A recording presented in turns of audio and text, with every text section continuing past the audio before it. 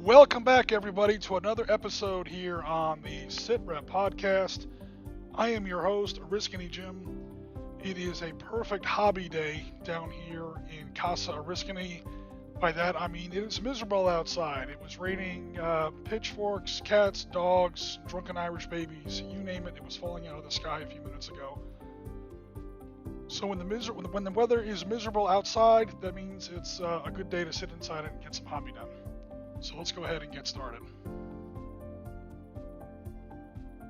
As soon as I can find where my mouse is, and I switch over to my camera. Oh, there we go. Okay, everybody. Oops, sorry for the sound pop there. All right, everyone, let's go ahead and get this show on the road. All right, so for people who may have been watching our stream earlier in the week, we were building some 20 millimeter modern scale terrain for use on our modern warfare tables. So I have a 20 millimeter miniature here, and we've had our first accident for the day. There we go, we got it out of the way. The camera's overhead, so I'm not going to have the best time showing it to you there, like on tabletop, but that's kind of what we're looking for there. I've got a 20 millimeter War on Terror Marine there. He can fit in the door, or he could fit in the door. He can come out of the door. You know, he's scaled with the building. So again, I won't repeat myself, but in the stream we did earlier in the week, this is what we went over. We went over how to build this stuff using just materials you have around the house. This was a candy box, some wooden, some pine scrap wood from the craft store. This was an old place card holder from an office conference. Those folded pieces of paper or cardstock that you see with your name on it or whatever. And that's about it. Everything else here is paper with some skins that are commonly available on like Google Images. You just go to Google Images, you do a little bit of Google Foo, you take your time, you download some of these patterns, and then you scale them. And we went over that briefly. Let me get a quick example here. And you scale them. You make sure you get like a little figure here. That's just how I do it. I get like a little figure that shows the approximate size of the miniature I'm looking for, and that way when I'm actually working on this stuff in Photoshop, or you can use PowerPoint or who knows what else, you can go ahead and make sure that your stuff comes out to the right scale. Buildings in general are a lot less forgiving than trees, they're a lot less forgiving than trees or hills or bushes, stuff like that, when it comes to scale. You can put a scale, you can put a tree or a bush on a 20 millimeter table. You can get away with it on a 15. You might even be able to get away with it on a 28 millimeter table. It's just a bigger tree or a bigger hill or a smaller hedge or who knows what. When you get to buildings, even if you don't notice it right away, or your opponent or your audience or whoever it is that you're building the table for, even if you don't notice it right away, you might not notice it, but your brain will, if that makes any sense, to use the old red letter media term. Basically, you want to look at doors and windows. You want to make sure that the person looks like he could fit in that world that you're kind of building for him there. All right. So this was the table that we built on Wednesday. I did go back off camera and do a few small adjustments. I basically thickened up the paint along this awning piece here. This is just pine wood. So painting on wood, as I'm sure you guys probably know, is a lot different than painting on resin, plastic, or metal.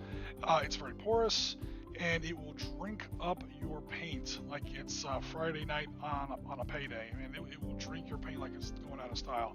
So use inexpensive paint because you'll be using a lot of it. Okay, I touched up some of the other stuff. I went around the edge of the cardstock with just some very dark gray, because it was, obviously when you cut cardstock, you're going to see some white there along the edges. So we took care of that.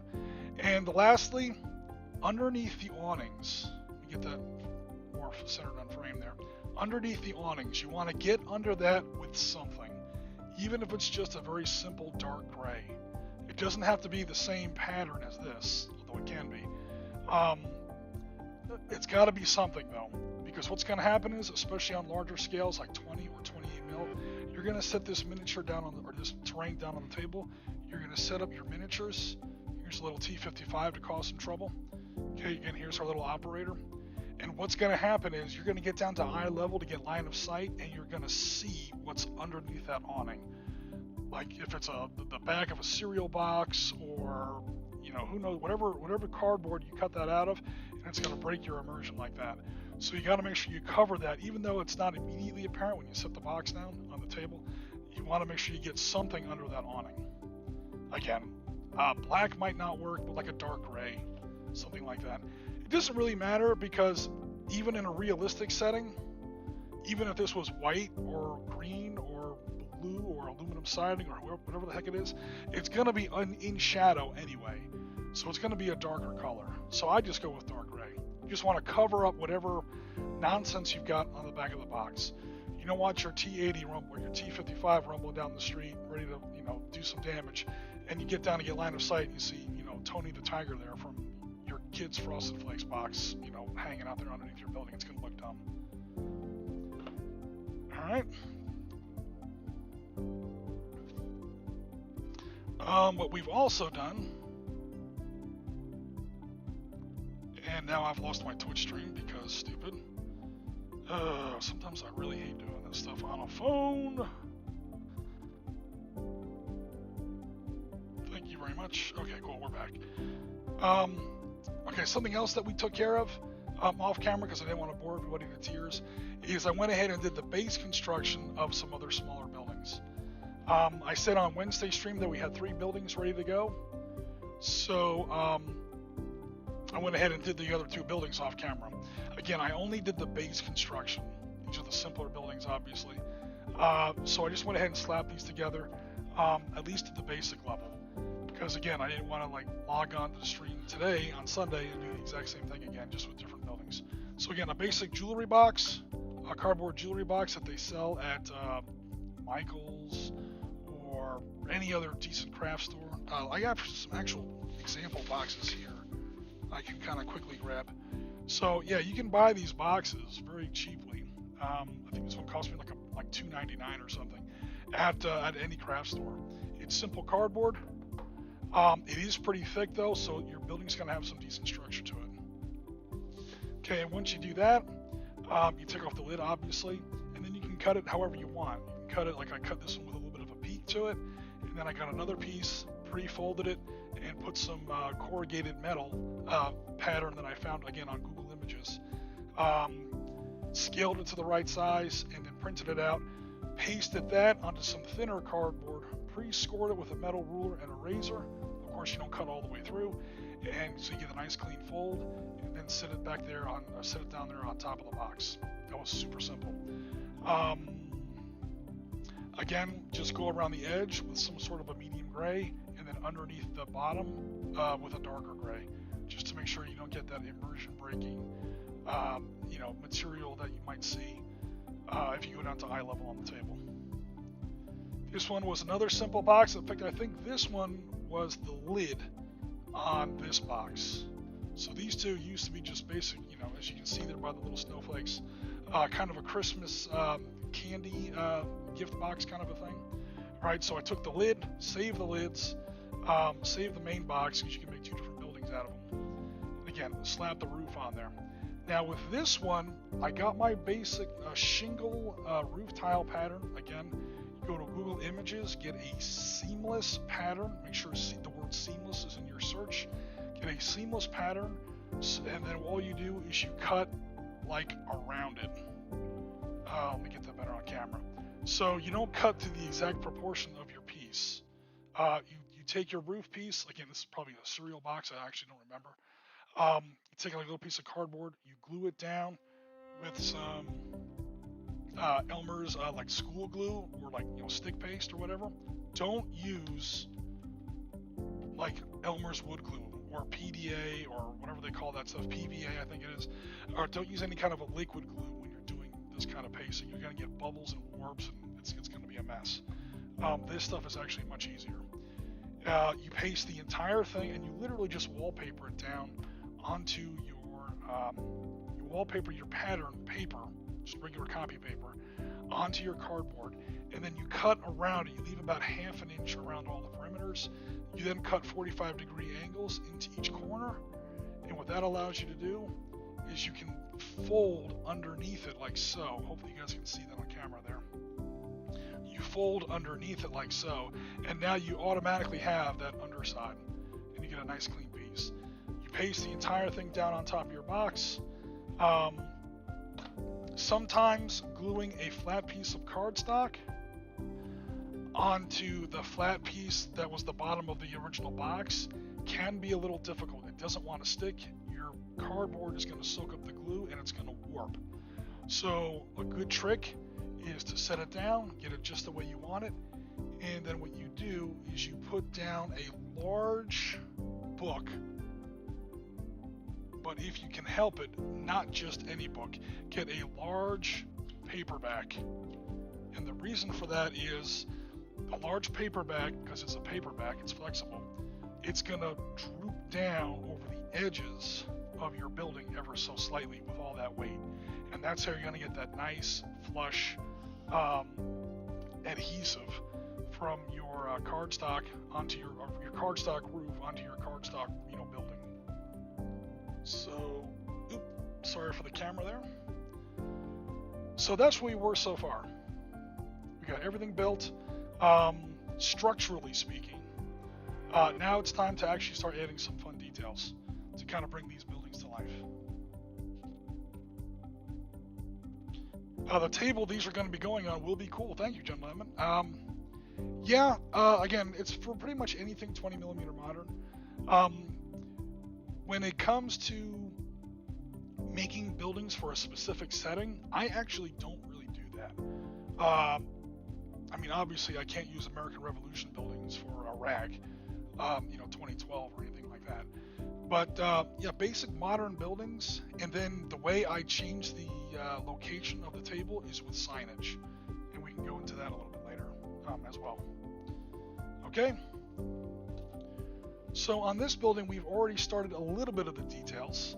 We did some very basic awnings, and we went over that last stream, so I won't go into that again. Okay, anything that sort of breaks up the general 90-degree box-like shape, anything that makes it look more like a building and less like, well, exactly what it is, a candy box that some Yahoo just slapped some Adobe or some Google Images patterns on. All right, so here we go. Let's start off with some low-hanging fruit.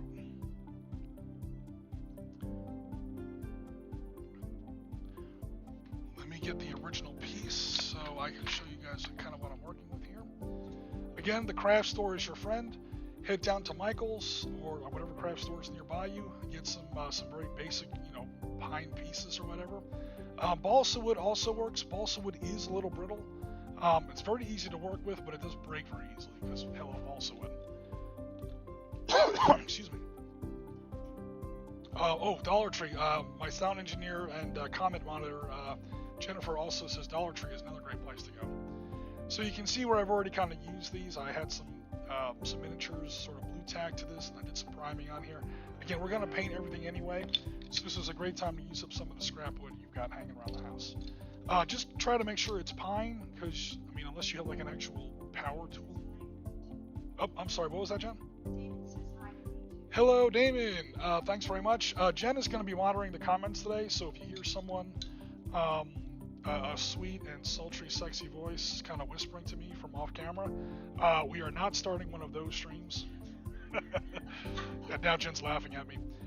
So Twitch, please don't ban me. She's just reading the comments for me. Hello, Jen. It's time for Miniatures After Dark. Would you like to see my figure? It's heroically proportioned. It's not that kind of stream, guys. But in all seriousness, okay, so with some simple pine pieces, you can get them pre-cut. I'm sorry, what was that, Jen? Jen, just go ahead and talk. People know you're here, and it's a live stream. It's all good. You don't have to whisper. I was only kidding before. I have a very simple, like, crafting saw that works with this. This kind of stuff is kind of too thick to cut with a hobby knife, but, whatever tools you have around the house. The reason I had to cut that was, well, number one, it was in a long strip. Obviously, you got to cut it into smaller pieces. And number two, if I can get this into focus here, we wanted is an angle. So the way you do this is get the building that you're going to make your chimney for or whatever. Okay, you hold up the piece, you make sure that it is vertical, and then with a simple pencil, you just trace the line.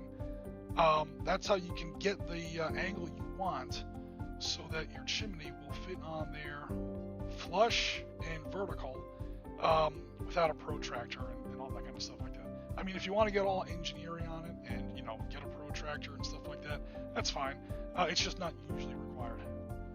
Also, wood and cardboard and paper, the major ingredients you're using here, don't usually have the best tolerances, so super precise measurements honestly might not do you that much good anyway. So I've got some little, get this back on camera. We got some little chimney pieces sort of pre-cut. We're going to go ahead and fiddle with those. So, ooh, I'm literally looking right at it. I was going to try and figure out the best way to do this. Actually, I think this will be the best way to do this. All right. So if you want to paint your bricks on there, or if you just want to make it red and try to draw some bricks on there, anything's fine. I'm going to just go ahead and use this pattern, and I'm going to paint with paper. When it comes to this big hobby terrain construction stuff, that's just a personal preference. I like to, again, the expression sort of is paint with paper. It saves you a lot of time. Also, it's a lot easier to do this stuff in Photoshop than with a real brush. Even if you're not terribly good at Photoshop, because you know what Photoshop has that a real brush doesn't? A Control-Z button. Undo. Try it again. Painting in a computer can be very, very, or just, I should say artwork. Artwork in the computer can be very, very forgiving. Trust me, I do plenty of both. And artwork, physical artwork might be more rewarding and fulfilling and impressive, but it's a lot less forgiving. Alright, so what we're going to do is we're going to wrap this chimney so Santa Claus can come down. No, but in all seriousness, we're going to wrap this chimney in this brick pattern and go ahead and glue it to the model.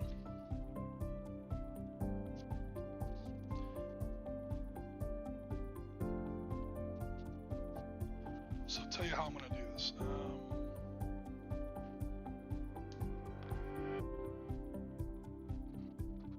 going to go ahead and get it started. Actually, I'm going to do this a different way. Hold on.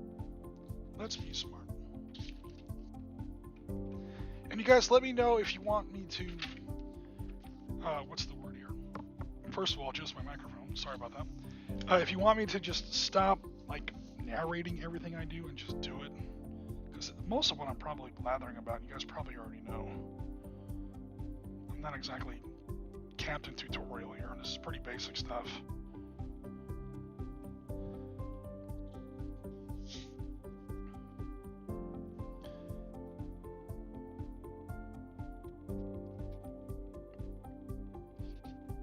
One thing I will say though, notice I don't start the edge of the paper directly on the corner. Like I was saying last week, try not to have your paper end directly on the corner of your either cardboard or wooden base piece, because what's going to happen is you're going to wind up with you know, curled corners and, you know, stuff like that. You don't want that.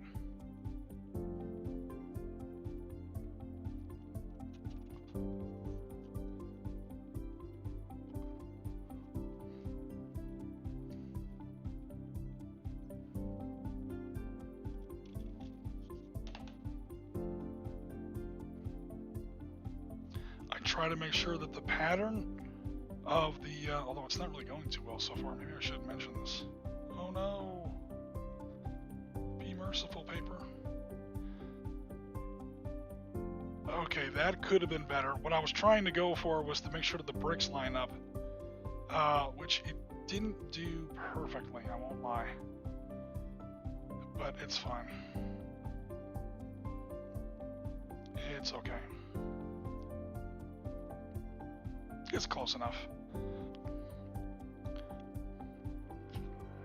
I might need some smaller scissors for this though.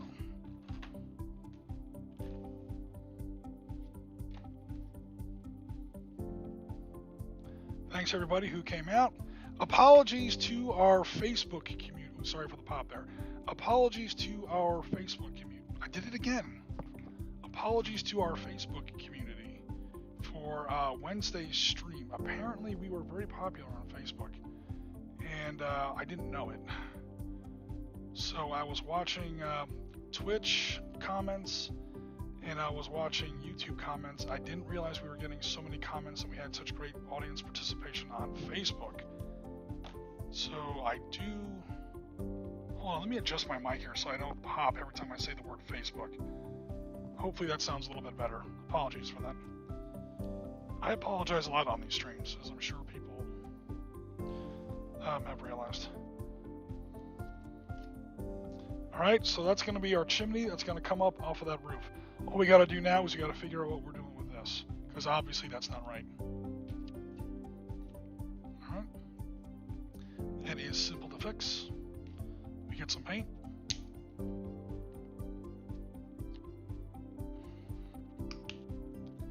Apple barrel. Nothing but the best for you guys. But in all seriousness, people who watch my streams know that I usually use very, very, very inexpensive paint. When it comes to hobby, I am what is officially known as a cheap bastard. And especially when it comes to big terrain pieces like this. I mean, you're not going to catch me using, Vallejo or Citadel or something like that when it comes to,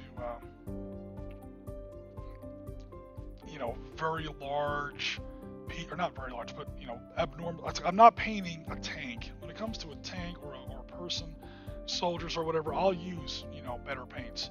When it comes to very large pieces of terrain, this is actually a pretty small building for me. I've got a 28mm or 20mm Ukrainian church that's something like 2 feet tall when it's all put together.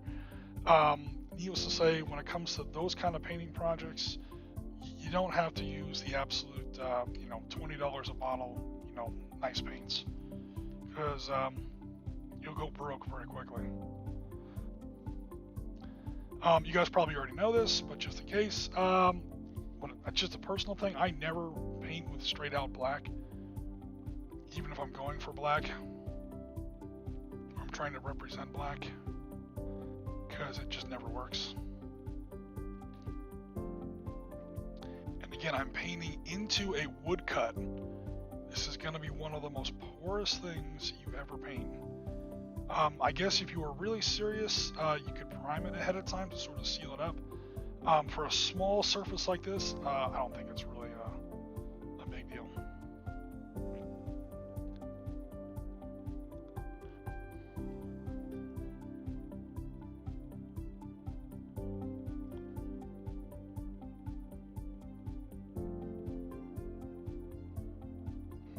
Yeah, you're gonna have to really kind of lay the paint on there because,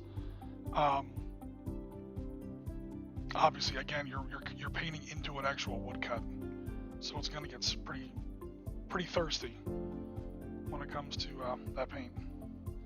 All right, forgive the noise. I'm going to get some literal brick red here. If I have any brick red, do I have some literal brick red? That might be a little bit better. If not, I can make some. Brown oxide. It's not really what I'm looking for there. Oh, here we go.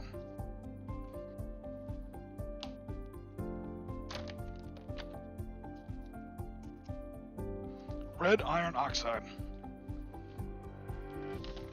Paint that is so old the label's literally coming off. Again, originally confirmed for a cheap ass bastard. Alright. So I put in some red.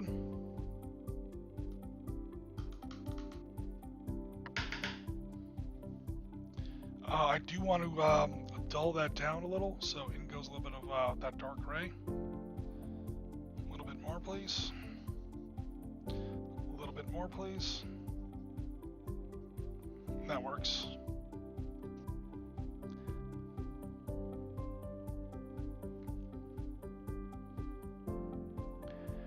going to do is I'm going to carefully just go around the edge of this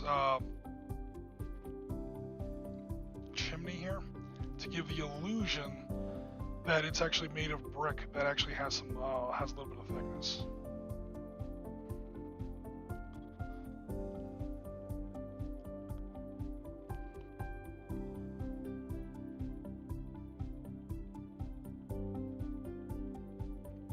Depending on the scale you're using, again, smaller scales are usually more forgiving than larger scales. You can totally get away with this. At 28 mil, you would probably want an actual. I went overboard with that one a little bit. You would probably want some sort of like actual three-dimensional piece there, but no big deal for now.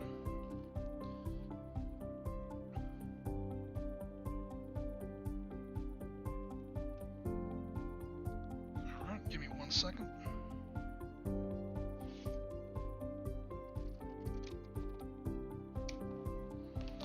So, other than me, how's everybody doing? So I'm taking some now is when I'm actually going to use the Elmer's, school glue. Elmer's wood glue is stronger and better. It's definitely a better glue. The only reason I don't use it for a lot of my terrain construction is it does not dry clear. It does dry that weird yellow. But if it's like for internal stuff, and you're actually still building the internal structure of your terrain, you want your terrain to be kind of sturdy. I mean, this terrain isn't too fragile. Outside of the little awnings and some of the other details we're going to put on there, we may put a TV antenna on here later. Stuff like that's going to be pretty fragile, but the actual building itself is pretty sturdy.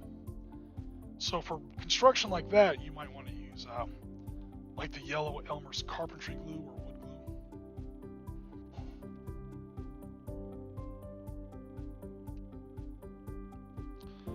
So first, I'm kind of looking at it edge on, so that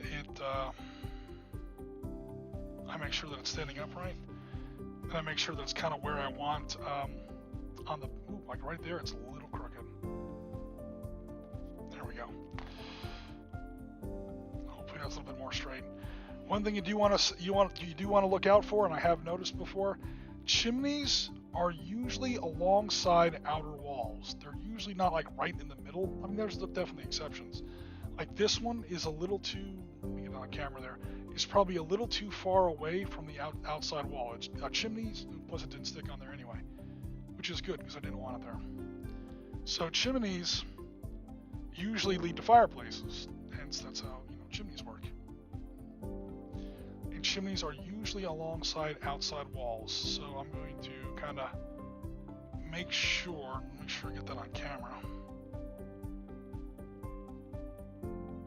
I'm literally having to do this through the laptop because I can't see it with my own two eyes right now, because the camera and my eye are looking at the building from two different angles. Oy. All right, there we go. Nice high chimney that is now resting on our building.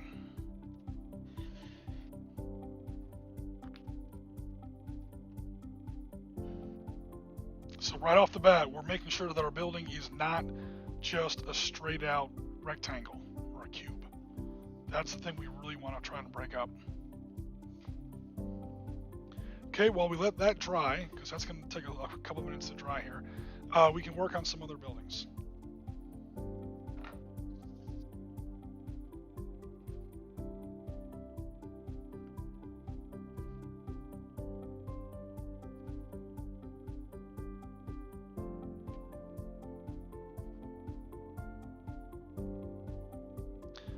Give me 1 second here.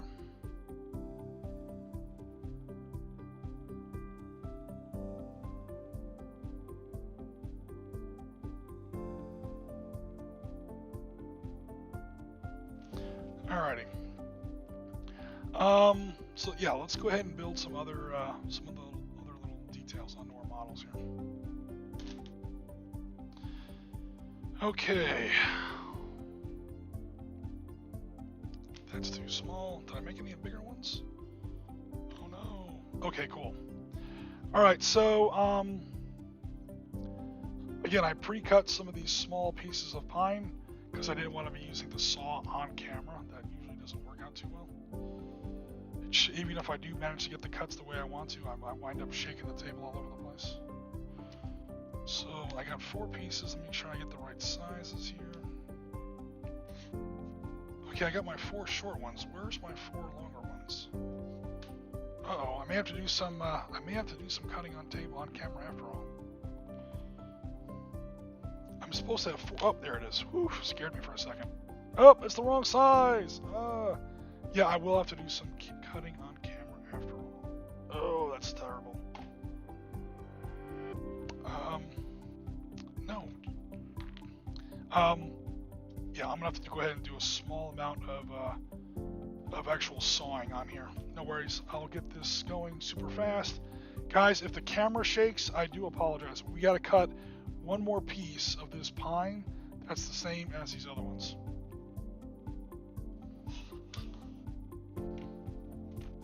So the camera is going to shake a little bit here. I do apologize, but I promise it'll be quick.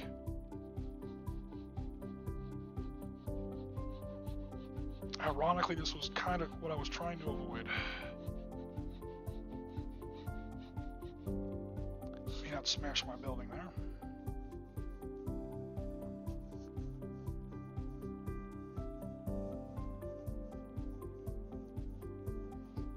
It's live TV, folks. Yeah.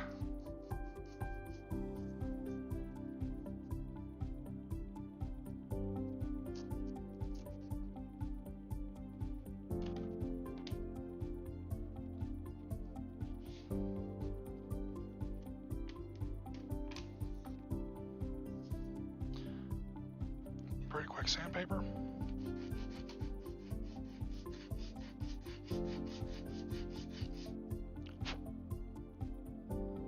Alright, not a perfect cut, but it's good enough.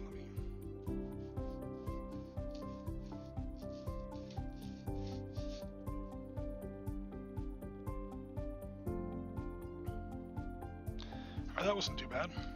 Hopefully that camera shaking wasn't too bad. Alright, cool, thank you very much. And now we've got what we were originally supposed to have. 4 equally long pieces of this very simple pine. And what we're gonna do is we're gonna just add some basic beams to these walls. Again, just to break up that very obvious. This is a candy box shape on our I won't say our miniature, on our terrain. All right, let me get some other little wood pieces out of my little supply kit here. Ooh, we're gonna want those later. Again, a lot of this stuff is available at the craft store or Dollar Tree, any kind of a basic spot. Most of it's pine, so smaller pieces are definitely, you can cut with a good hobby knife. Your hobby knife will go dull pretty quickly trying to cut this stuff, but it saves you a lot of work as well. And sometimes, admittedly, I will admit, sometimes cutting it can be a bit of a pain. And what was the other thing I was going to say? I just mentioned cutting it. Oh, I meant painting it. Painting wood is very different from painting other materials, more conventional hobby materials. Oh my god, no matter how prepared I was, I'm still screwed up. Where is that box of...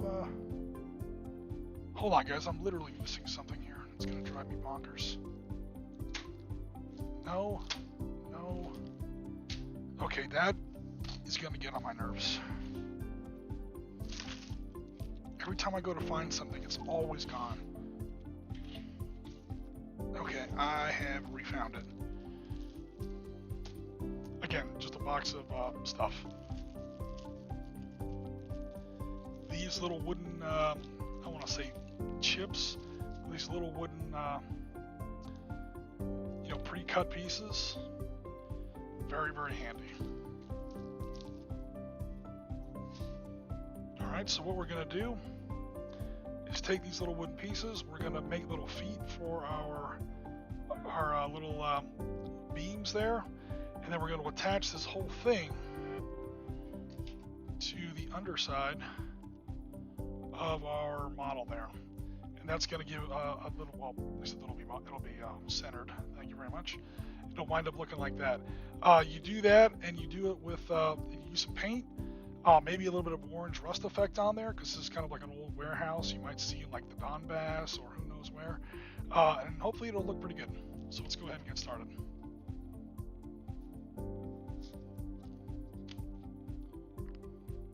Okay, where's my little improvised glue brush? How are we doing on the stream there, John? That's cool, no worries. This is not our usual Sunday fare. Usually on Sunday we feature an actual live war game, which hopefully we will be doing again next week. At least that's the plan. Okay, so again, we've got our first little foot there.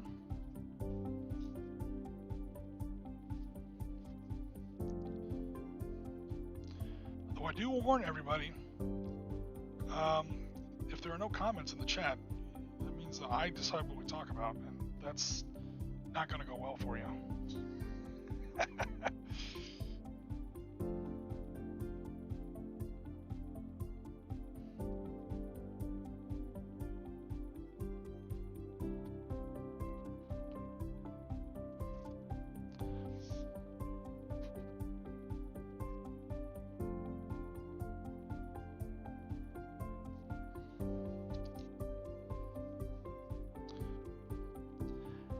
Case in point, anyone been watching any good TV shows lately? Please don't talk to me about Penny Dreadful or Game of Thrones or anything Star Wars related, anything comic book related.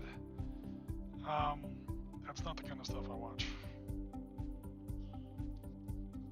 The latest show I just got done binging was and I use huge air quotes here, the true life biopic of El Chapo, the Mexican drug king, made by a Mexican TV channel, actually. It was actually pretty good. The entire thing was in Spanish, so a lot of subtitles.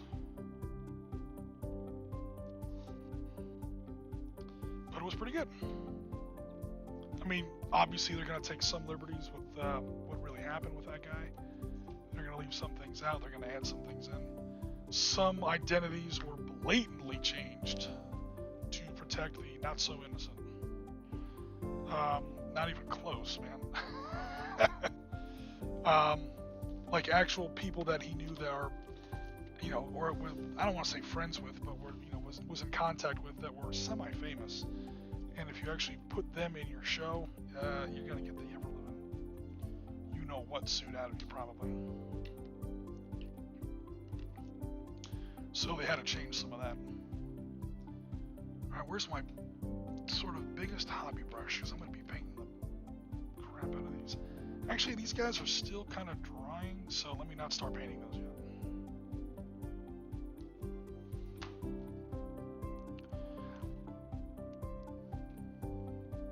Ooh, I know what we can do while we're waiting for that stuff to paint. We can put on some plumbing conduits.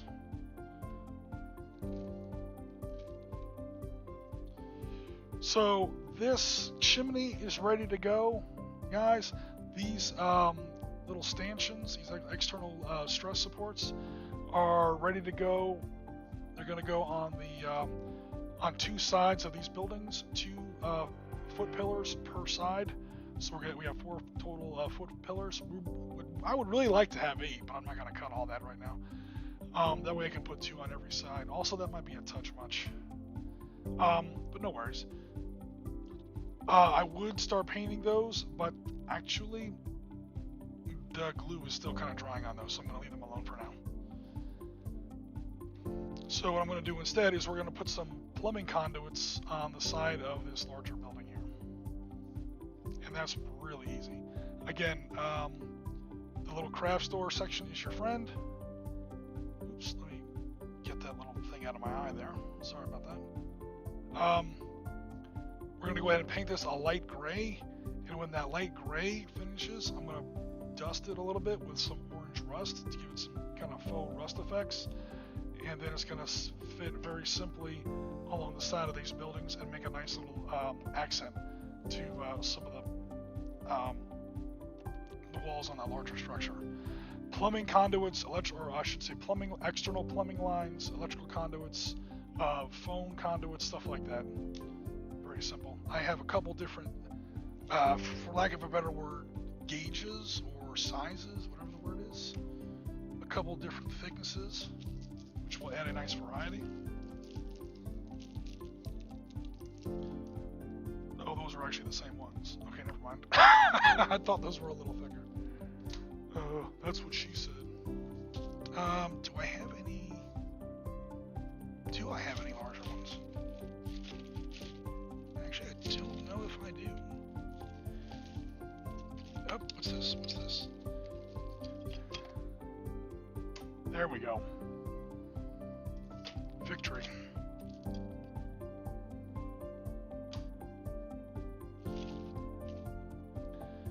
Only problem is that I have to cut that now.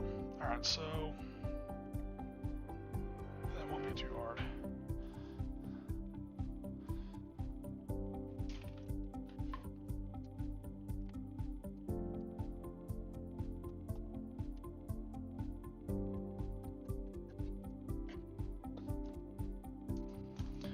Ooh, again with the shaking. I will be sawing again, guys. Again. Apologies if the camera shakes too much.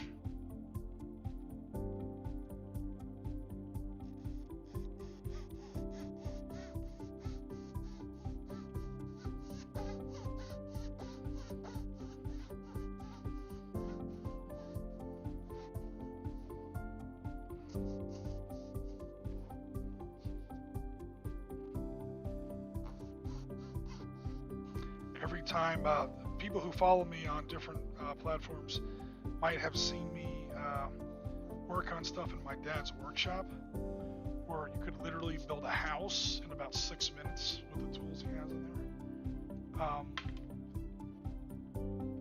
there. His workshop literally outstrips the industrial capacity of a small nation.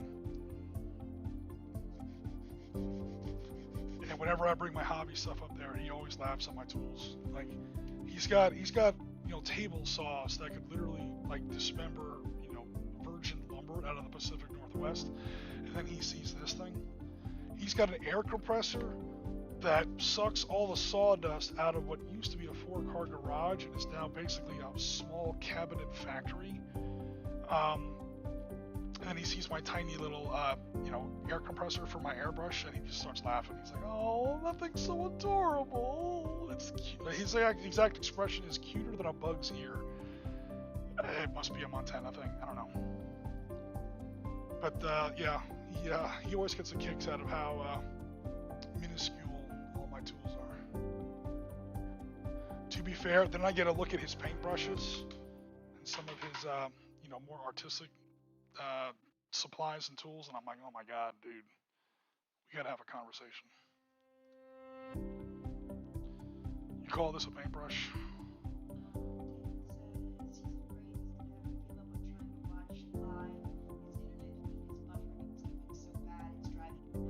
Oh no!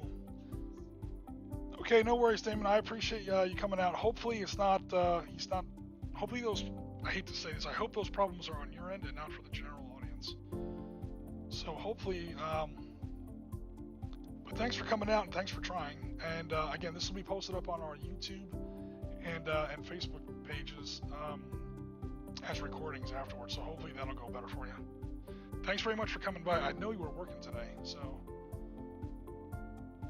you should probably, I think you're probably home from work by now.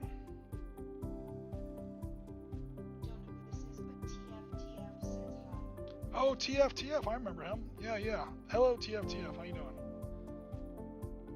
Which platform is he on? YouTube? Oh, cool. Thanks very much.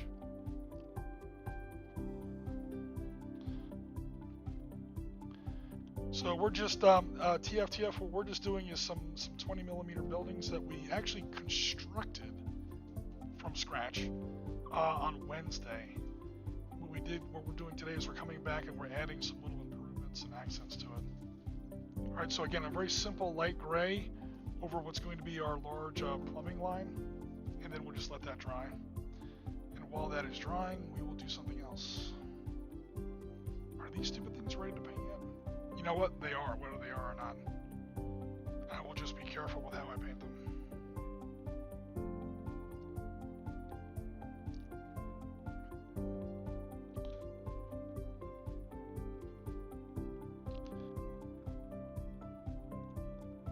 Thanks very much for everybody who is coming out. I actually don't really need to paint that. That's going to be inside the building, or against the wall of the building, but I'll just go around the edges a little bit to make sure the corners are well covered. Damn it, I wasn't ready. Ah! I rushed it.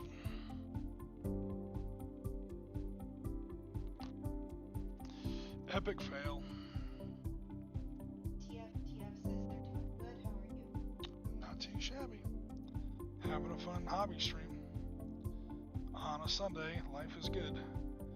Although I wish this glue had dried a little bit better, but I'm not going to complain too much. You know, I may switch to super glue if this stuff really isn't going to hold. Yeah, this stuff isn't holding. Switch to super glue. Plan B.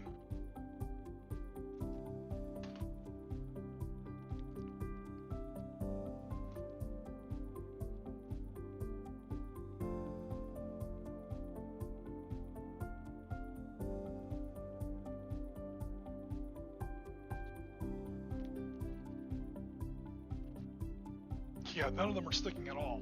What the heck, wood glue? Or school glue? You're literally, this is literally what you're designed for. That's a little annoying, I won't lie.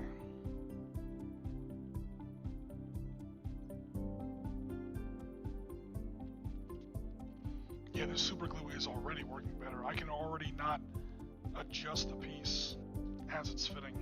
Yeah, this stuff literally didn't stick at all.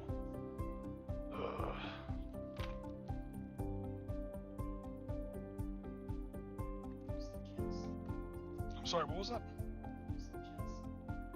Oh yeah, well, a lot of people don't agree with me on that.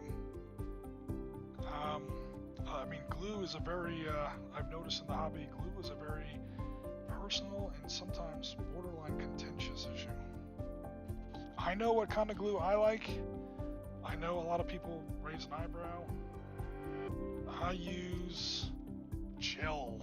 I like my glue already. Like, people will buy super glue and then they'll buy super glue activator. I'm like, bro, just buy gel control glue. It's already activated. Yeah, that stuff's not even trying to stick. It's kind of annoying.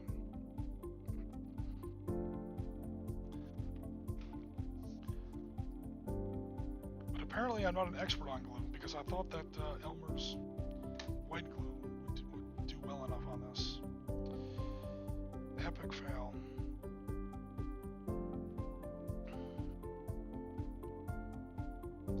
Yeah, I mean, I do get it. Some people don't like this kind of glue because it is kind of thick.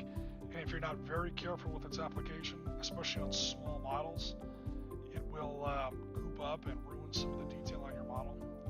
So it's just a little something you have to, you know, be wary of. In my defense, when I'm using this kind of glue on, is that in focus there? When I'm using this kind of glue, I'm trying to get that in better focus.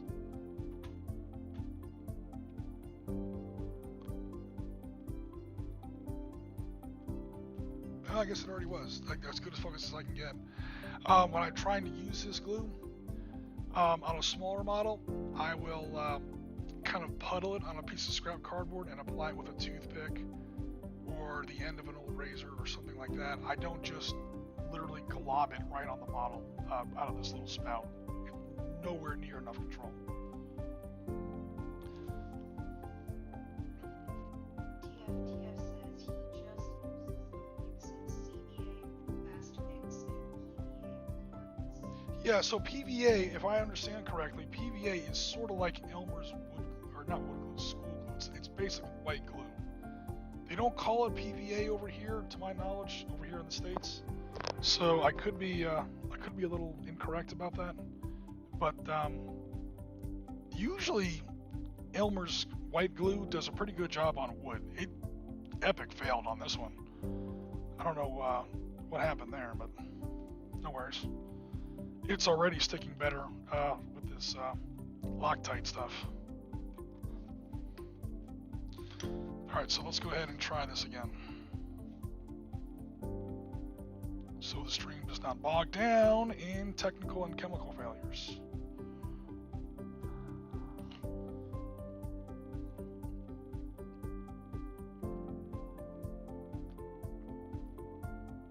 Oh, I didn't really need that. It's fine. That's the part that's going to be flush up against the building. I didn't really need to paint that. In fact, that might make gluing a little bit more problematic later, but that's right. I'll just wait for it to dry. Says the guy who never waits for anything to dry. I'm a lot less patient when I'm on stream, because I don't want to have a stream that's literally watching paint dry. Normally that's just kind of an expression. Oh my god, this is so boring, it's like watching paint dry. No. When it comes to our hobby and streaming in our hobby, that is sometimes literal truth. Yeah, I just got super glue all over this brush. So this brush is now kind of ruined. Because again, I didn't wait. That's okay, it's now officially a terrain brush. Can also probably save the brush with a little bit of nail polish remover.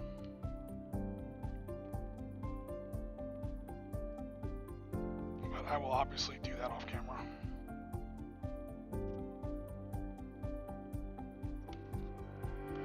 If it looks like I'm really globbing the paint on there, yeah, I'm painting wood.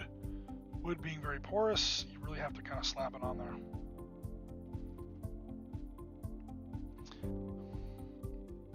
Do you guys have those kind of problems when you're doing MDF terrain? I've never tried MDF terrain.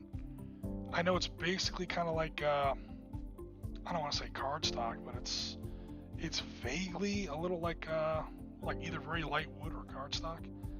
I've always kind of wondered how that is to paint.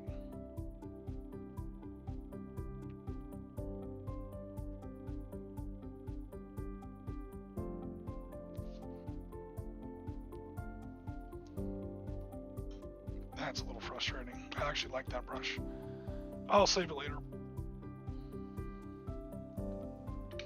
Let me not do that again though. Let me use an old, already kind of a junky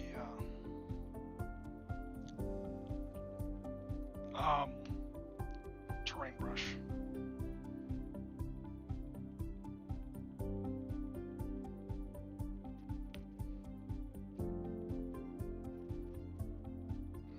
So if this one gets gunked up, it's fine. It's already kind of a scrap brush anyway.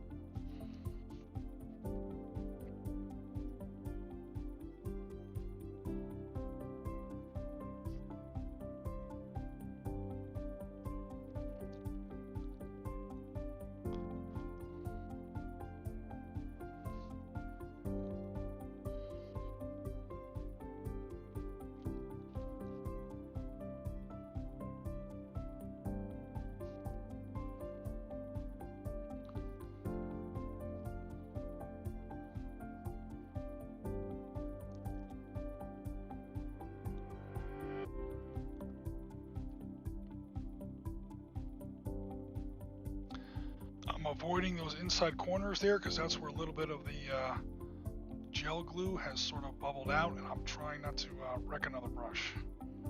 So I will let that dry a little bit better, and then I will come back and fill in where the vertical and horizontal base piece are joined. And you know, like that's where the glue is. And and the glue is not completely finished drying.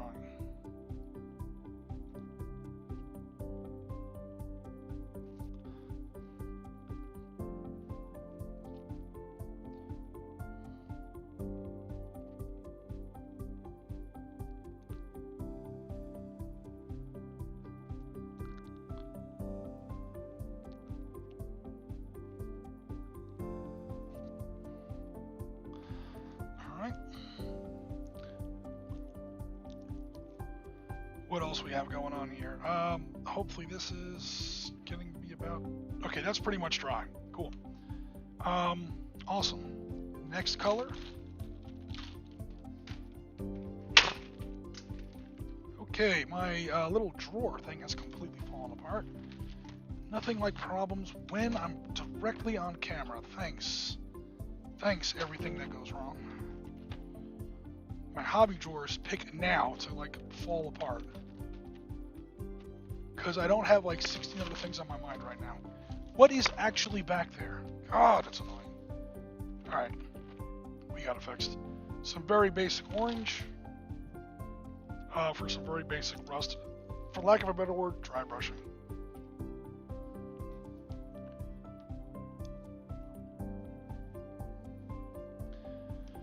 Brand new brush. Will not be using that for this. I've already had one brush casualty today. Old raggedy ass brush. There we go. Hey Jen, can I get some paper towels, please? Thank you.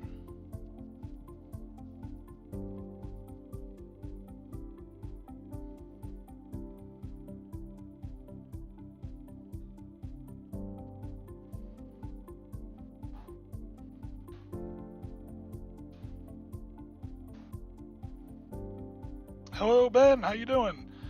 No bills until Monday Night Football. Oh no. Sorry about that, Ben. Although I'm secretly glad, because that means that you come out to the Sitrep podcast. There's no way we're competing with the Bills. I know that.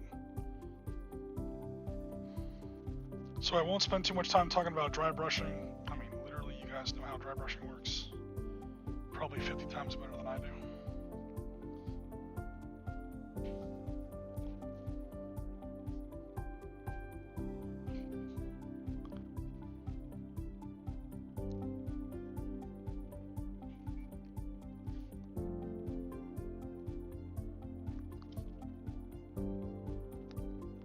Although technically this isn't really dry brushing. You do want some streaking in this. You want to make it look like, you know, rusty water has been kind of dripping down this pipe over the years. So I'll put a little bit of dust, like orange dust on here first. And you don't want it to be uniform. You don't want to like change the color of the overall pipe.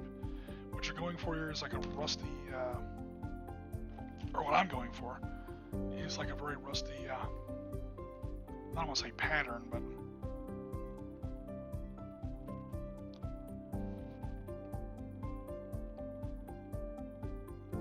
so you want like vertical streaks.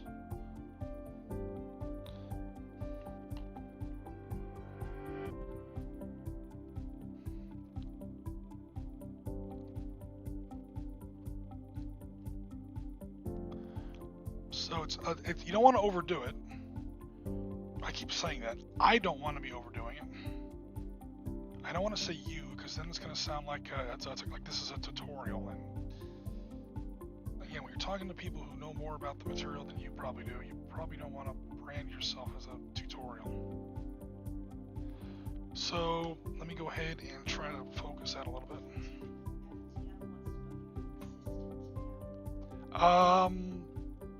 An assistant, a little, yeah. I mean, Jen's always helped me with some of the sound, like sound testing and stuff like that. But now that we're trying to actually watch like 3 channels at once, it is a touch much. So I can usually keep up with 2 channels. I can definitely keep up with 1 channel. 2 channels for my war games is kind of tough sometimes. But now that I'm doing hobby, which is tougher than running a virtual war game. Hobby and 3 channels? Hell no, I need an actual set of eyes.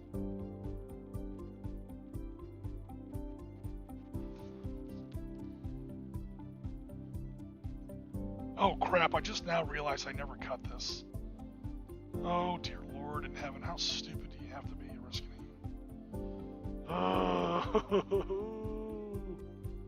Okay, hold on. Be very careful here. How do I do this?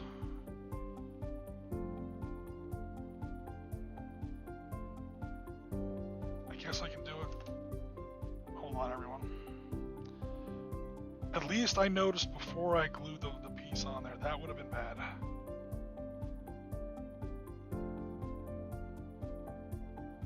Alright, this is a little off camera. I do apologize for that, but I did almost make a calamitous mistake here. And I just broke the damn chimney off this roof. Oh no, I didn't. The chimney kind of stayed on there. Good for you. Okay, yet more sawing. Sorry, everyone. I meant to do most of the sawing before the stream, but complications have ensued. Especially since I already have super glue on this piece.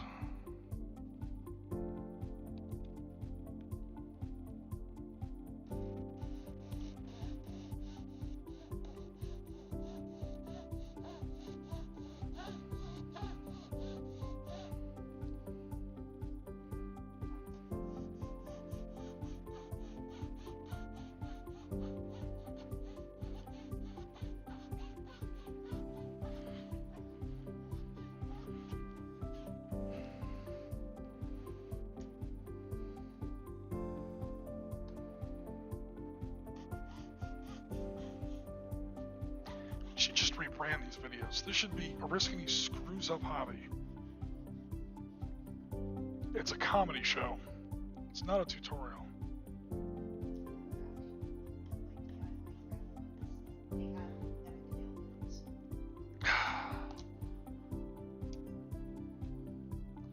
Well, we almost had one here. In fact, I'm not entirely sure that we're not completely out of the woods yet. This is like the simplest damn piece, too. It's literally just a piece of pipe. And after I did all the detail painting and even applied super glue, only then do I realize I'm not even close to the right size. Man. So yeah, this whole thing has to get repainted now.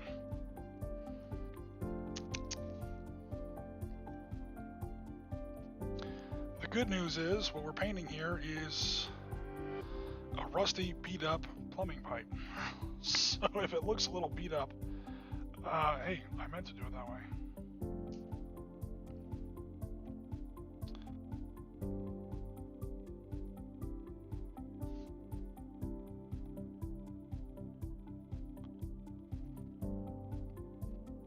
Ugh, that was annoying. Alright, let's try that again, shall we?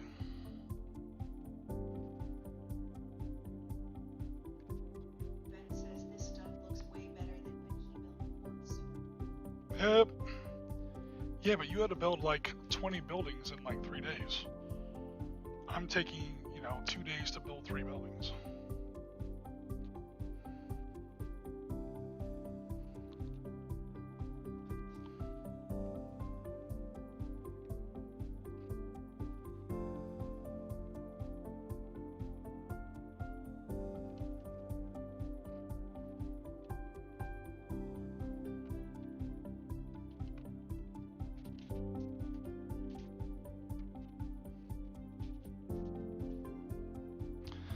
Alright, so there's a little plumbing pipe, which was way more difficult than it was supposed to be, because stupid.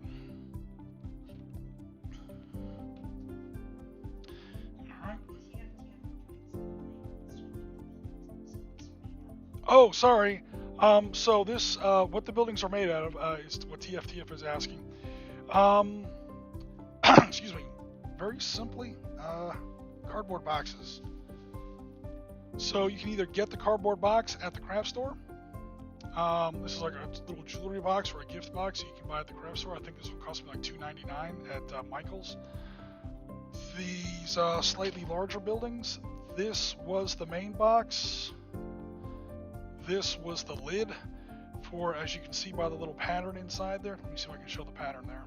It used to be a Christmas, like a candy gift box or whatever. And yeah, these actual buildings, the structure of the buildings, was completed live on camera earlier this week. I think our stream on Wednesday covers that. It's about a 2-hour stream where we go into that, where we actually build the whole thing. And what we're doing today is we're adding some of the details.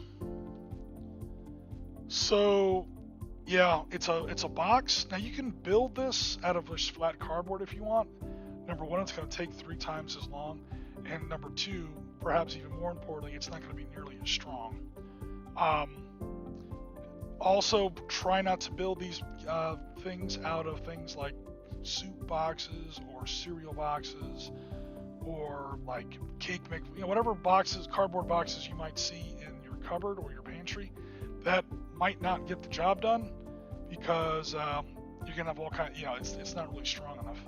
But these jewelry boxes, you'll see the cardboard is actually pretty damn thick and kind of sturdy, and it's fine. So it's better for tabletop terrain that's going to get jostled around a little bit, especially when you have a moron like Ariskany trying to add details to it, and he's like getting everything wrong today. Because reasons.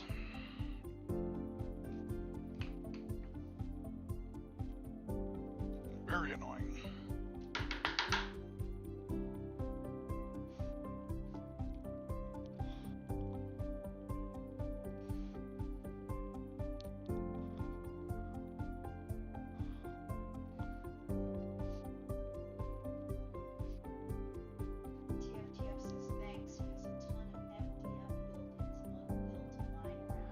Yeah, MDF is something I've always kind of wanted to get into. I'm kind of building MTF-like buildings here. I've just never actually gone out and purchased the stuff to kind of look at it. I'm curious about how it paints. I'm curious about how it glues, or whether you need to use glue. I guess it depends on the manufacturer and the kit.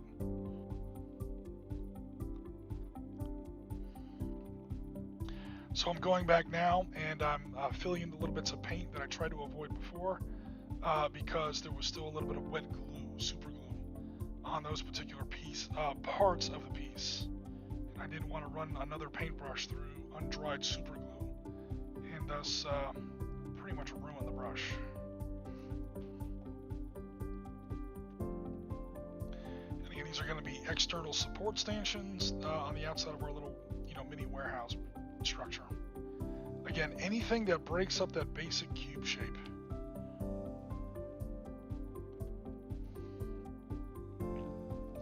Okay, we'll let that dry.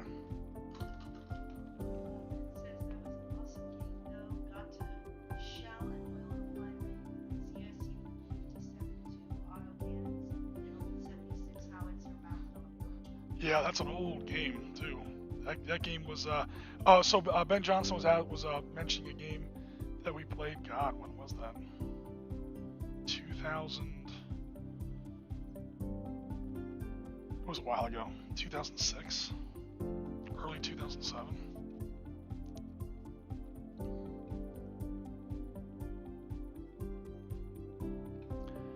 Okay, so our plumbing line is done. I'm going to add a little bit more paint to that because I don't like.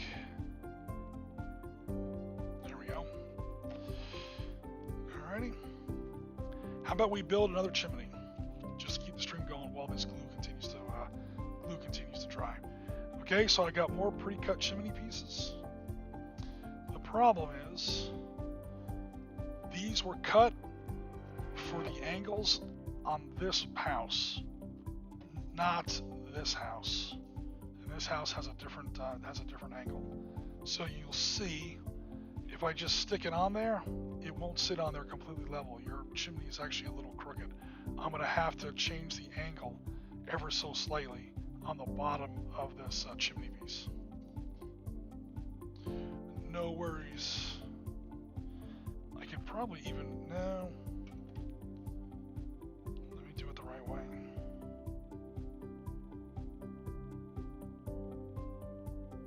For a second there, I was going to try and do it with a hobby knife.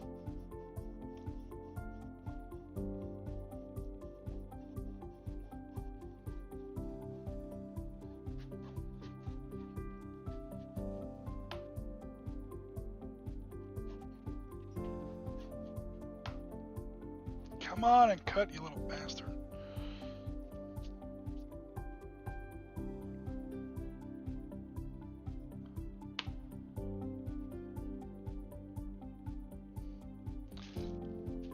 Okay, the piece of sandpaper I literally just had. There it is. There's literally too many things on this table right now.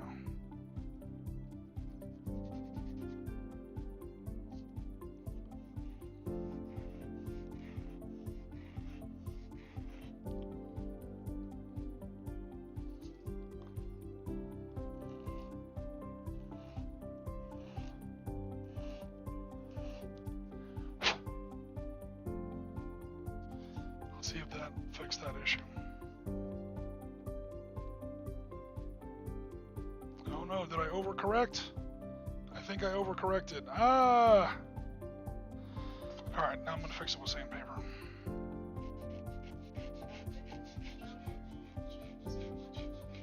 Oh, cool. Hello, Piotr. Thanks very much. Piotr had some interesting ideas for some Sitrep projects earlier today. So, especially on our Discord, stay tuned for that. I won't say anymore because I don't want to commit Piotr to anything, but we'll see what happens. Okay, now as that chimney stands flush on the angle of that roof, you'll notice it now stands up perpendicular to the ground, the way it's supposed to.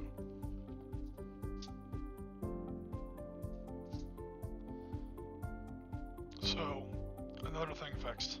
Cool, let's go ahead and, air quotes, paint this chimney with our brick pattern.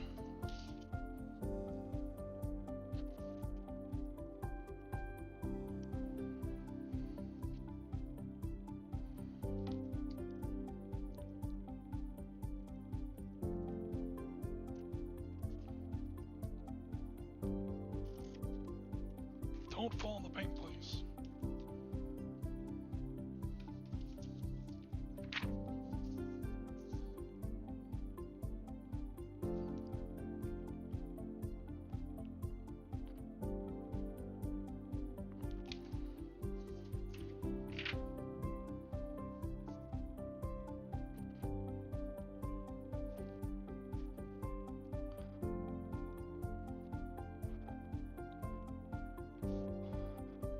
Let me take my own advice here and not have the thing start in the right there on the corner. The paper, that is.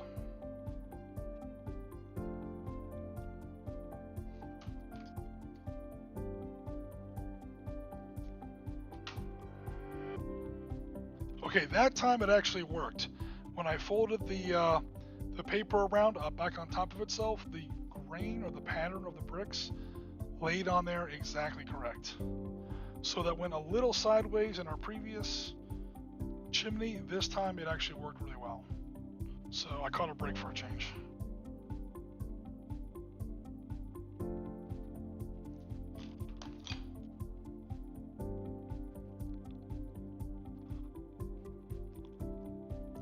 Wow, these scissors are not very sharp anymore.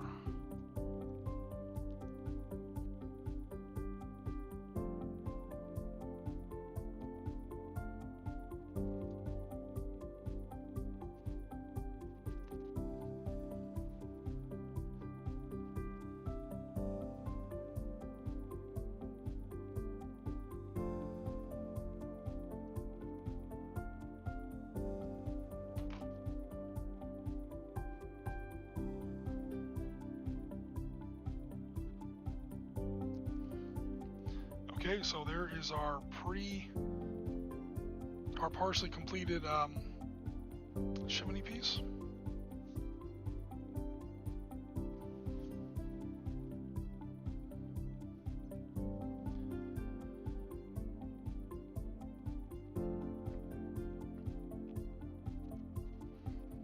Do I have any? Yes, I do. Have some black left on that. Some black paint. Or I say black, like a dark gray. I have other brushes already in not in my little look, but they're not really small enough. Sorry everyone, I'm kind of talking to myself here.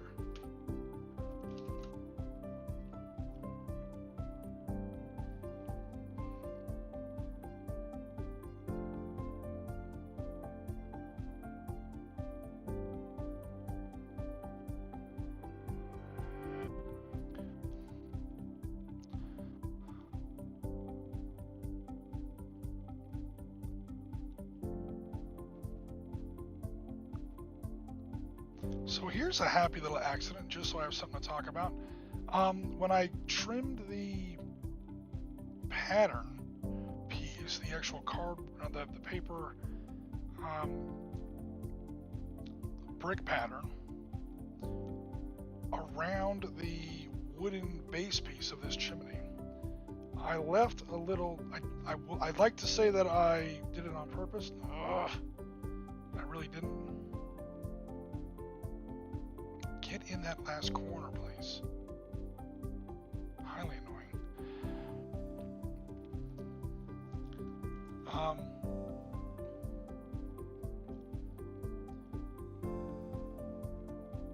Ooh, that's kind of no wonder I'm having a tough time. That's a terrible brush. Sorry guys, I got off topic there. First of all, before I get going, let me find some better brushes. There we go.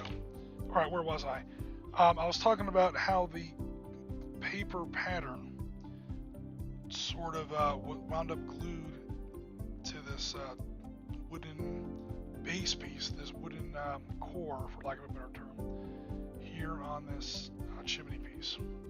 There was a little bit left on top, and the way paper is, especially when it's wet with glue, it's very pliable, so it kind of folded over top of reconnection was successful. Okay, we may have just lost some of our streams. I'm back up in Twitch. Okay, so did anything happen on the other channels? Okay, that's good. What else? And Facebook did the same thing as Twitch. The video went down temporarily and came back up, and it's still the same stream. Okay, cool. Hopefully everyone is still with us on our 3 platforms. Sorry about that. OBS is just being OBS. There's not much we can do about that. Alright, so here's a little interesting idea. Could you just slap this chimney right there? Technically, yes. But where is that chimney going? Chimney leads to fireplace, and fireplace would be right in front of this door. So that doesn't make a whole lot of sense. So what I'm going to do is I'm going to put it down here a little bit after I put some more glue on here. Again, it probably doesn't really matter, but it's almost a subliminal thing where you want your tabletop terrain to make sense, if that makes sense. So there you see the chimney, which is now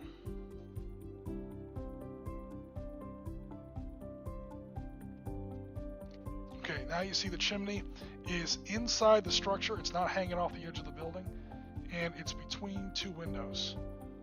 So it's not going to look weird. It's just a little crooked now. I can fix that. A little bit of forgiveness. Maybe not.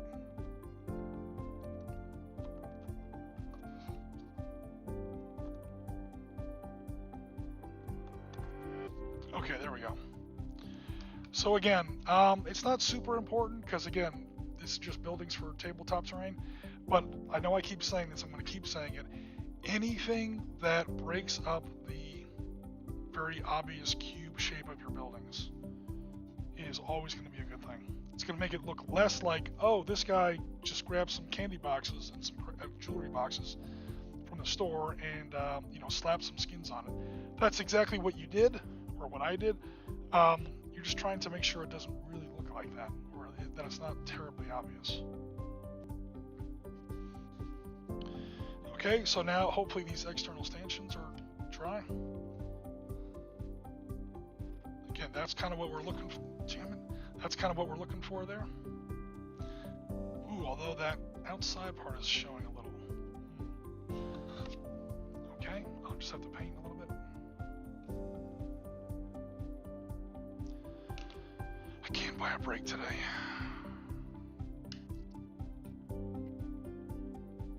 I guess what they say is true. Anything that can go wrong, will go wrong. Murphy's Law, as they say, but it applies double when you're on camera. Oop, speaking of on camera, I'm not even on camera.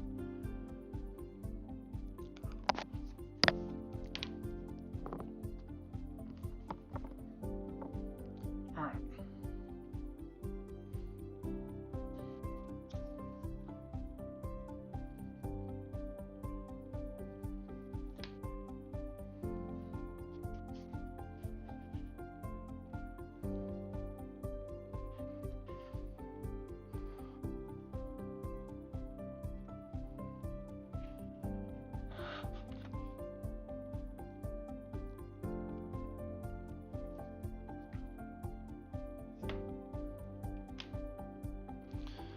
It also doesn't help that there's just way too many things on this table.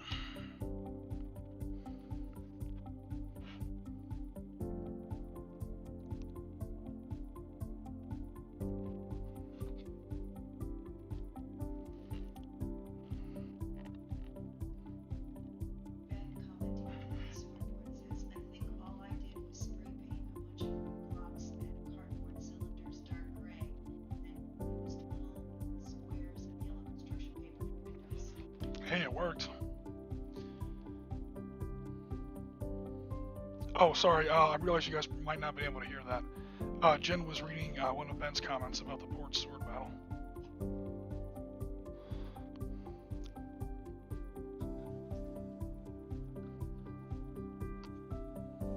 Except the pieces don't all completely fit, but that's alright.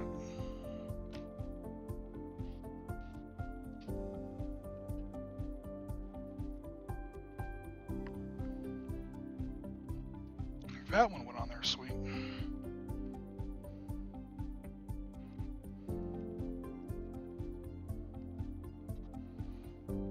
Last one.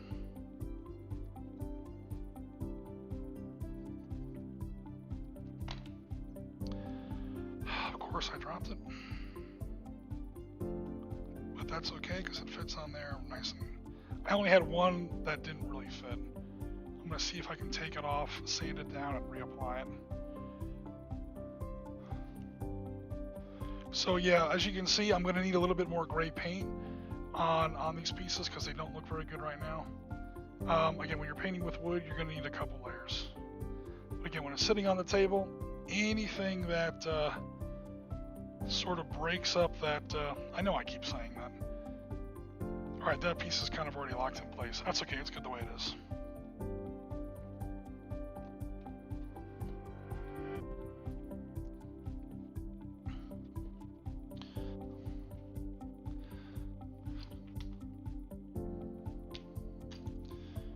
A moment to tidy up my area here because this is getting crazy. It's the source of half my stress right now.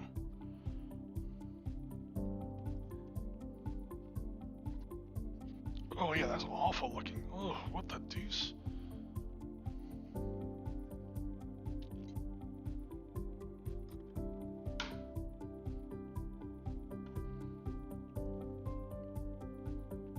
Oof. You guys let me get away with that. What the hell, man? I guess you guys aren't really watching the stream. I blame that all on you guys. For not keeping me in check. Oof. That was awful.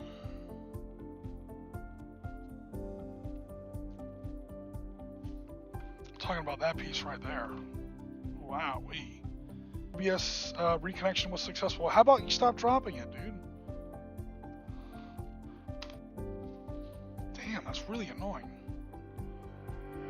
I may have to go to Restream.io or something for future streams, because this is getting a little annoying.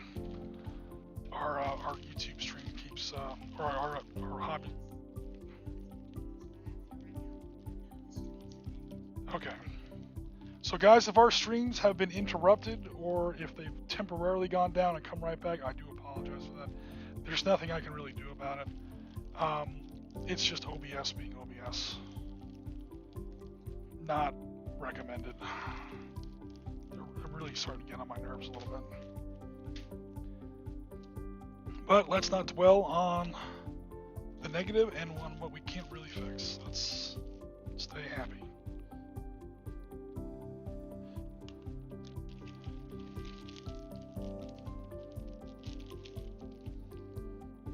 So these are spare Scrabble tiles that you can buy also at the craft store. They make great bases for counters, although sometimes they're not really complete. But when you pay like $2 for a bag of 100, you know, it's fine.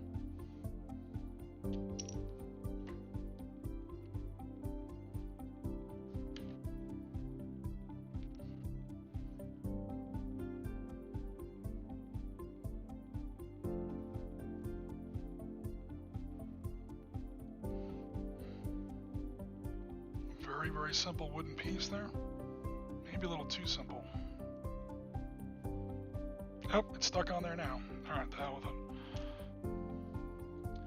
It wasn't exactly centered, but it's fine. It's all fine.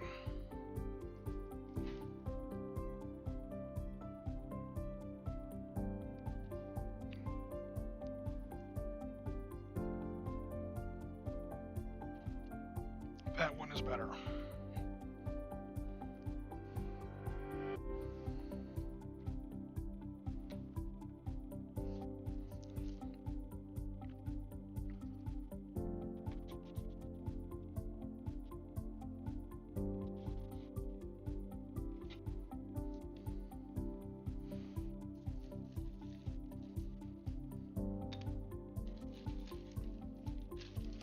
How about some skylights?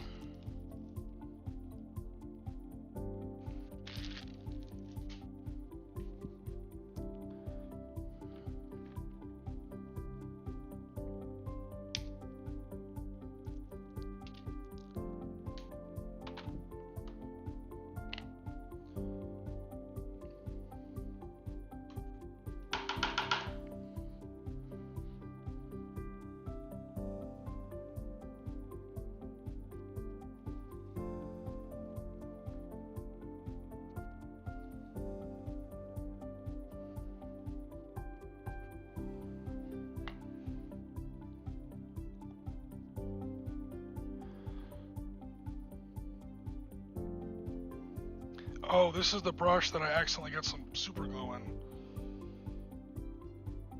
I was like, what's wrong with my brush? I mean, it still works for basic run work. It's just, I'm gonna have to soak this in some acetone or some nail polish remover or some such. Hello, Walkabout Games. What platform is he on? Hello, Walkabout Games on YouTube. Welcome to the Risky tries to do too much on camera stream and makes a lot of like extremely rookie mistakes, like not painting on camera. Sorry about that, everyone. How many times do I apologize? That's going to be our new. It used to be long story short. That's going to be our new stupid Risky catchphrase. Risky apologizes for being freaking incompetent.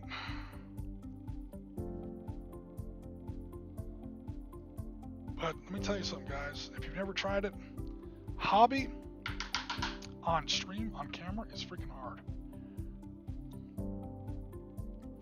There are some people on, like my friend Martin at the Hobby Lodge. There's some people out there that make it look easy.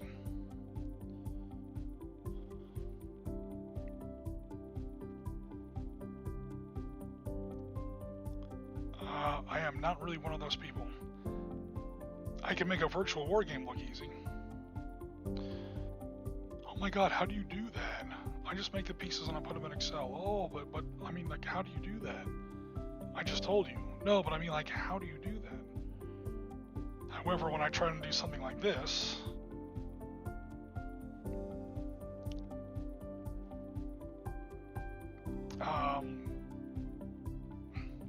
it can be a little hectic.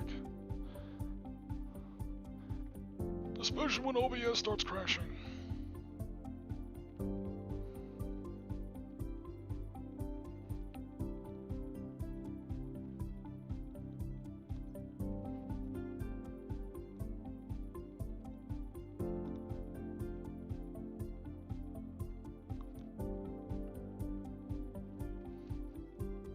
Okay, let those pieces dry. They're gonna need at least a couple coats.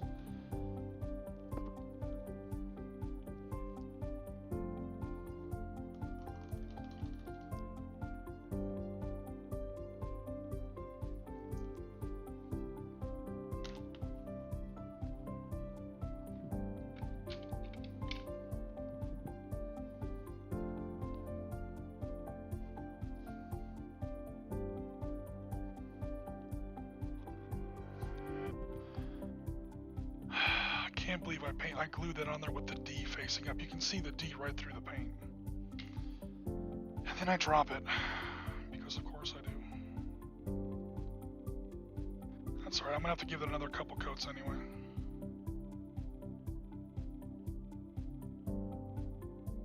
Walkabout Game says, looks like you're actually getting a lot done. Then he said, hobby on camera is OMG difficult. It is. It is way harder than it looks. Again, there are friends of mine, other members of the community who make it look easy. I don't know what their secret is. Well, I kind of know what Martin's secret is. Martin on the Hobby Lodge, he just has like a kick-ass setup. His Hobby Lodge is just insane, man. I mean, on top of just his physical facilities and all of his awesome toys and paints and models and just regular hobby facilities. He's also worked pretty high up, higher than me. He's worked pretty high up in the tech sector. So his computer and streaming setup, and cameras and everything else like that, his sound is also like just next level awesome.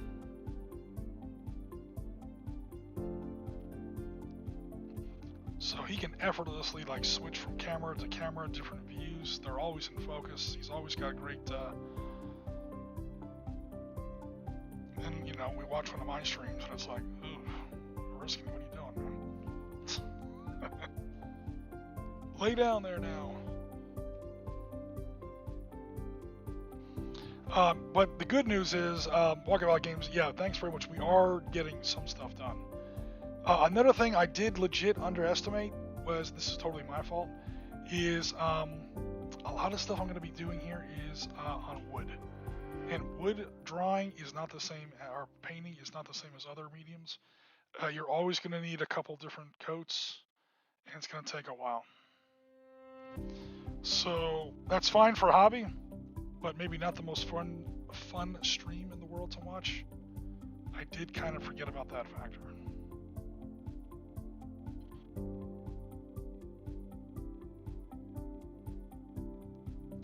So for the moment, I'm just kind of trying to tough my way through it here.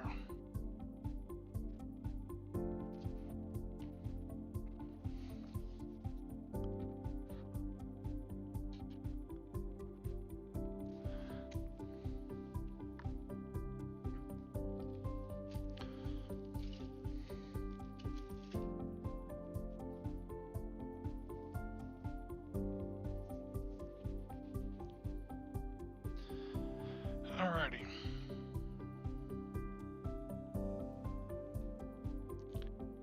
Wait for that to dry, wait for that to finish drying. Oops, sorry about that.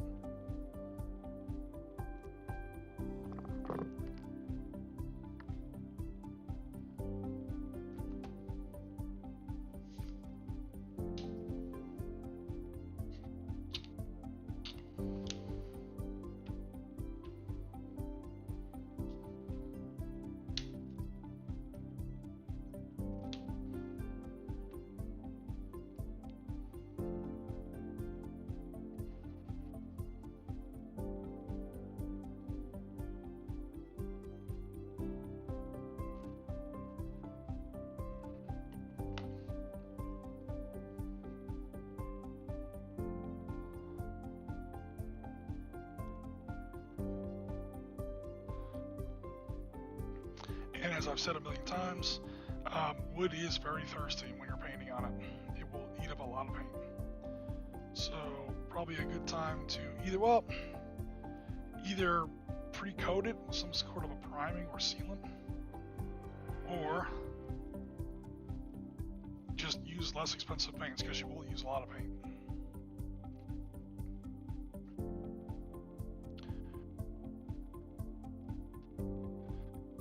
Probably a good time to leave that Citadel or Army Painter or Vallejo, leave that stuff in the bottle.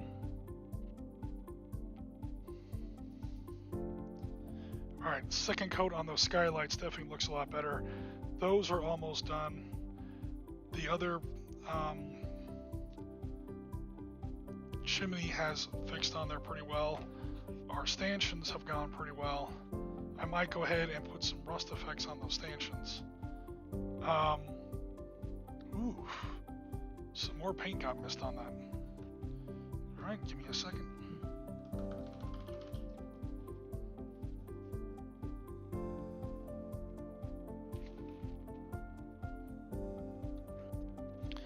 Because that doesn't look good at all.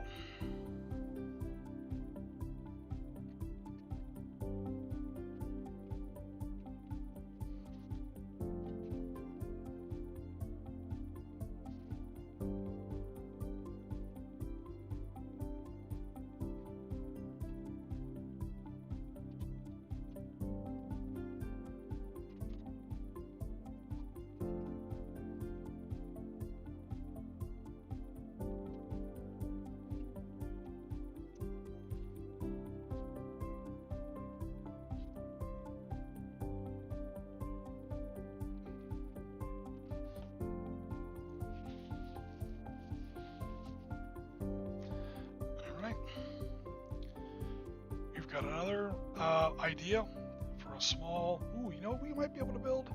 Let's give it a shot. I can't promise this is going to work, guys. But how long have we been up for? Not even quite 2 hours. Okay, so to wrap up the stream, let me just add a few more pieces of electrical conduit to the side of some of these buildings. And then let's go for, again, I can't promise this is going to work, but let's go for a TV antenna. Because of course that happened. Alright, there we go. A very, very thin dowel, practically toothpick sized, just with no point on it. Some bristles from a very thick, almost a push broom, like a whisk broom around the house, but not a small one. These are actually pretty thick and durable.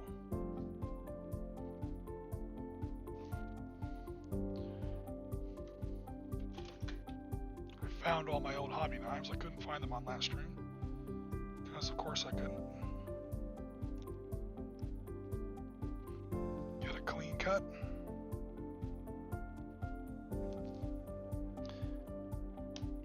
Clean cut. And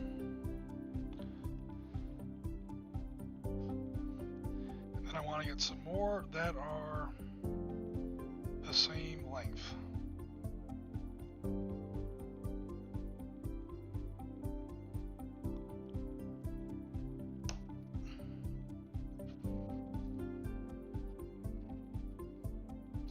So that is 4 that are pretty much the same length. Hopefully that's visible there. And yeah, I'm gonna go ahead and try to put those on there. Wish me luck. This is gonna get, let me see if I can get that in a slightly better focus.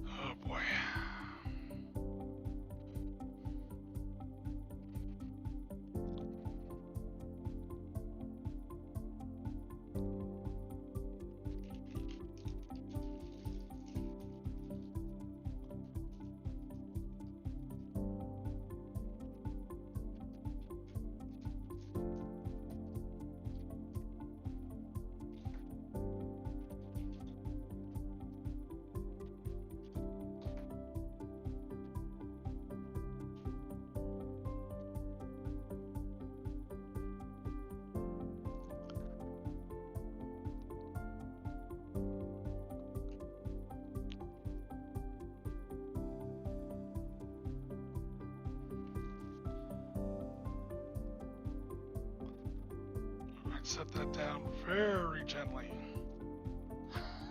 Nobody breathe on it. At least until it gets a little bit more time to dry. All right, while we're waiting on that, that is still very wet, so I'll leave that alone. All right, this is wet, this is wet, this is drying. Yeah, as you can see, we've got a lot going on here. So it's going to be a little, just to kind of keep everything moving here. Keep the production moving forward. Especially if I can actually find all my tools on this extremely cluttered work area. I realize that's probably out of focus. Sorry, everyone. But you can kind of see what I'm doing there. Sometimes this stuff is out of focus, everyone, because the pieces are so large. So this camera is obviously focused to be about, it's almost like synchronizing your guns on a fighter. It's meant to zoom in and converge like maybe 1.5 inches above the table, which is where the really detailed, stuff happens. If I'm trying to work on something large that's like 6 inches long, now obviously I'm way too close and the focus is going to be off. And like I was saying earlier, no, there's no way the autofocus works on this thing to a sufficient degree.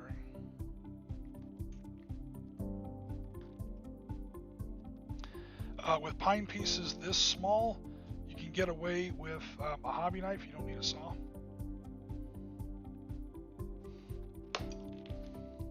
Like so. You get an almost perfect cut on the first try.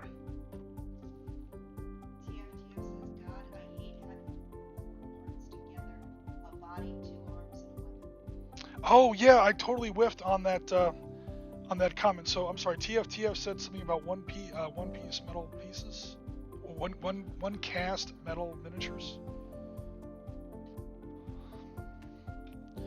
And we're watching all 3 channels, right? We're also watching Facebook.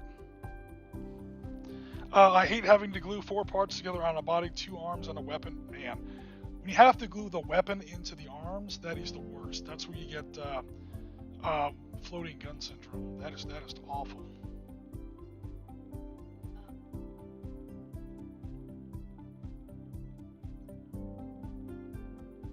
Earlier he said, I'm trying to build some war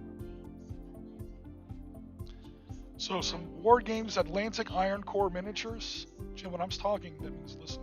Atlantic War Games Iron Core miniatures. Okay, cool. I guess those come in multiple pieces. Awesome. Yeah, I have some BattleTech. In fact, some of them are within arm's reach. Oh, they might be a little dusty. So here's my Mad Cat at 1 to 300. These things came in like 6 pieces, and it's all metal. And wow, that was a huge. Let me go ahead and get it closer, and then I'll have to change the focus.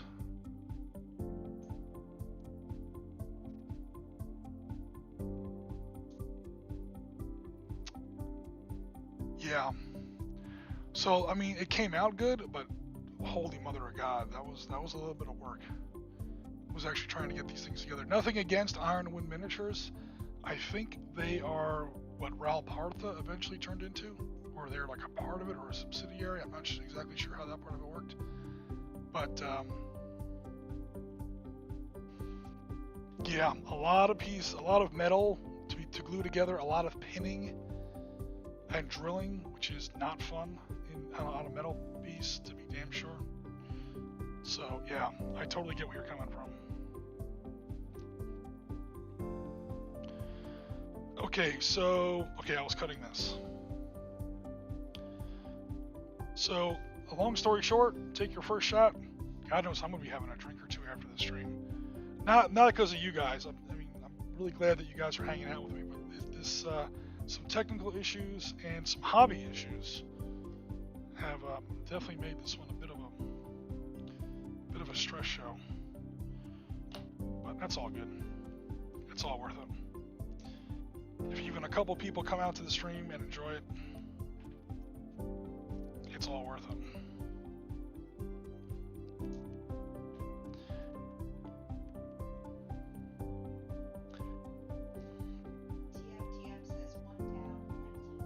Oh my God. He says TFTF says 1 down and 19 to go.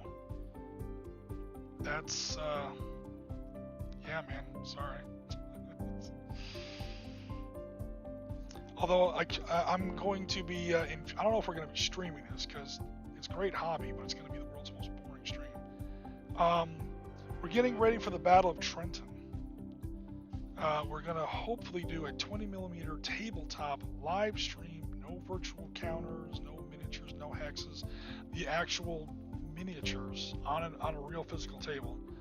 Battle of Trenton, December 26th, 1776. Hopefully doing that like the day after Christmas, maybe a little bit after, up at my dad's house. We'll have to see how that goes. The point of the story being, I have to get my Hessians ready. So my Hessians are done; they're painted. However, I am gonna have to go back and wash them all. None of them are washed right now. And once you get done with washing, you have to go back and do a little bit of detail work. Times 72. I have a 72 strong force of Hessian, or I shouldn't say Hessian, Crown German, air quote, mercenaries. I know they're not really mercenaries. And I got like a couple weeks to do it on top of everything else. So yeah, fun times. There's a lot going on.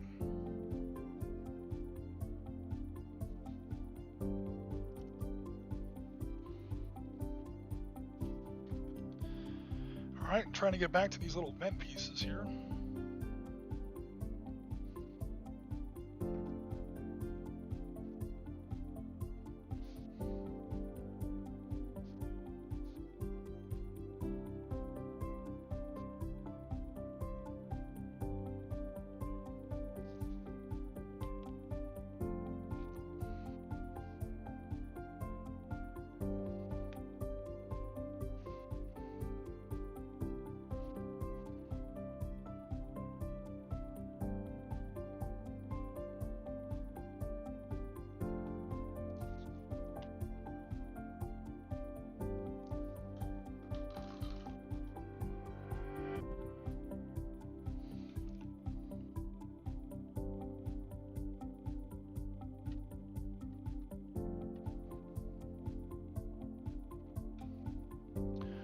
What to do with these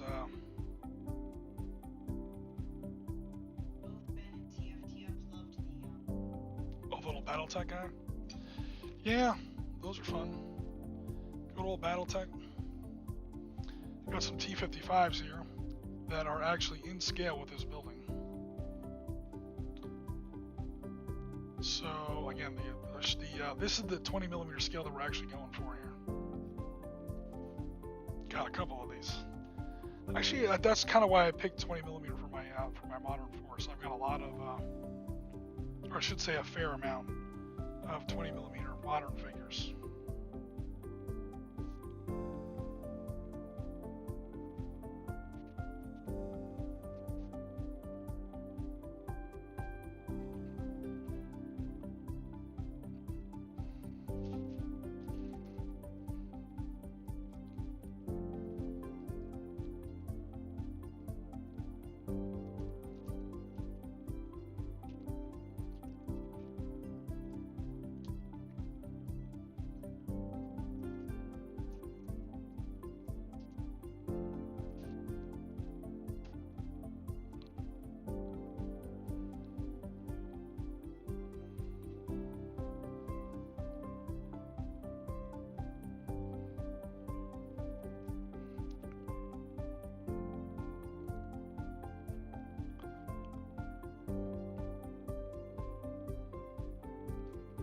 Don't know if that's going to work, but I'm willing to give it a try.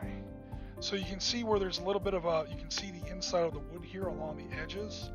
I'm trying to sort of power my way through that with the paint. Literally using the paint almost as like green stuff to sort of fill in a little bit of that gap. This paint is just thick enough and just cheap enough, I might get away with it. Again, it would be a crime to use, you know, Vallejo or Army Painter or Citadel like this. It would would like literally send you to hobby jail for, you know, doing that, but you can get away with it sometimes with Cracker Barrel. Good old cheap 50 cents a bottle. I wouldn't even call it hobby paint, I'll call it craft paint. Oh, the Hobby Lodge. Oh, Martin, you must have, your ears must have been burning. I was talking about you. Hobby Lodge is on Twitch. Hello. Yes, I was talking about you, Hobby Lodge, but I was saying nothing but good things. I was talking about how hard it is to do hobby on stream, and I was like, dude, some guys can make it look easy. And your name came up. I was like, Hobby Lodge. My friend Martin, he makes it look easy. He just turns on his camera, and he's got such an awesome setup in his Hobby Lodge.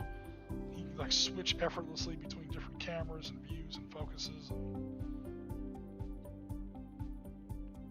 And that, yeah, it looks awesome. Then I try to stream, and it's like, oh god, look at this mess. Also, I suck at hobby in a lot of ways.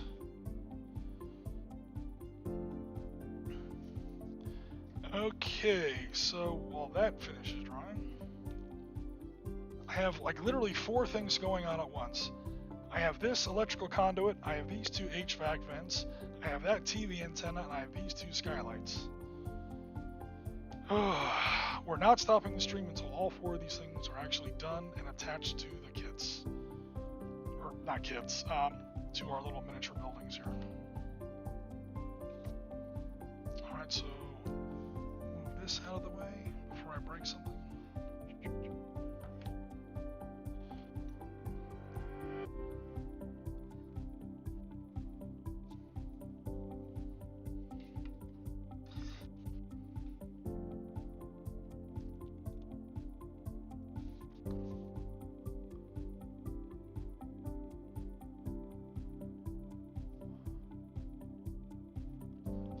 Ah, that's not on camera.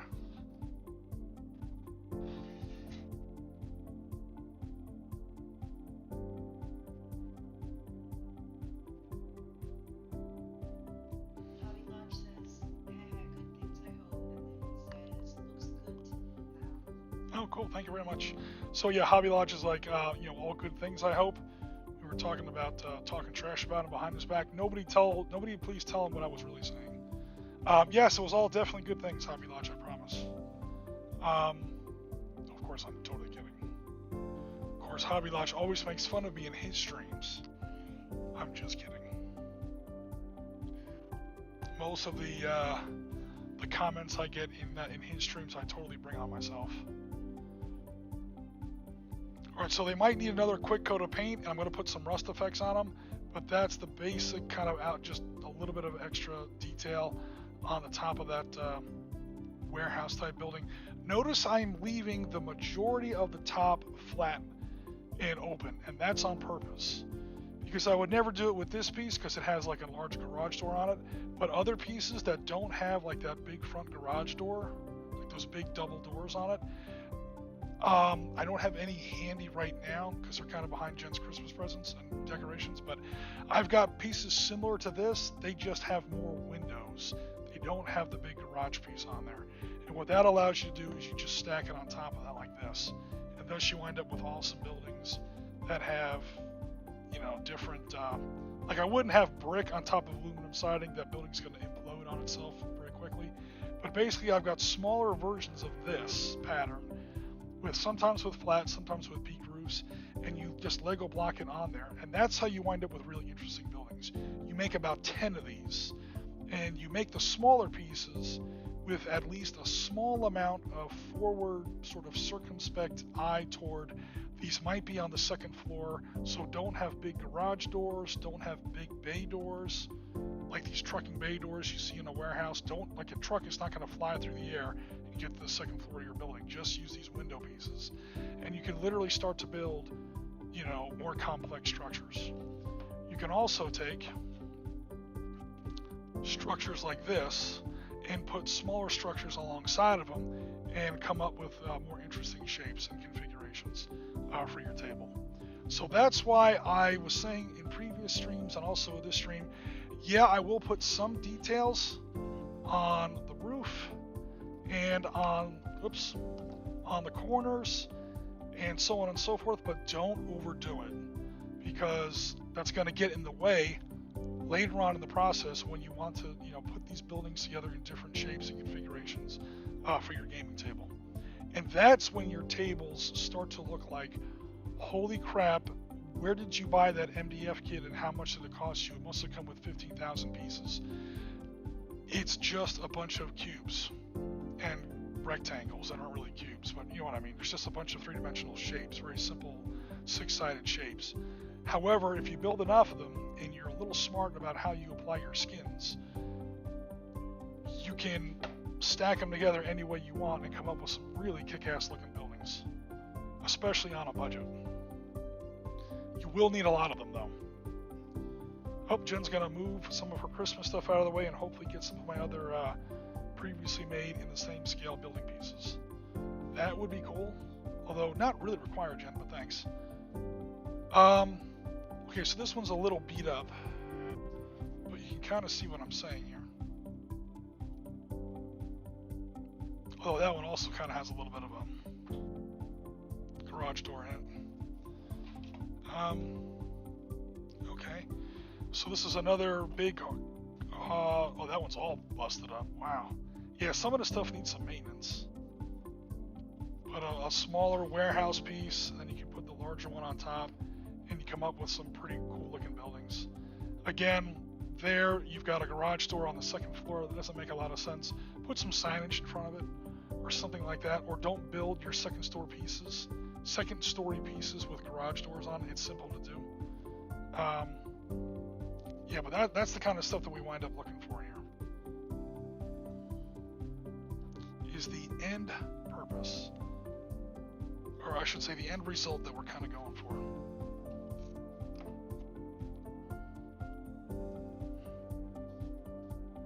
Also, a lot of these are old and they get the hell beat out of them in previous games, but no worries. Alright, is anything here else dried and ready to attach? I don't even want to try to paint this, because it's going to go all over the place. Actually, you know how I'm going to do that? You guys do bear with me for just a second. My sound might cut out because I'm going into another room on my little wireless headset here.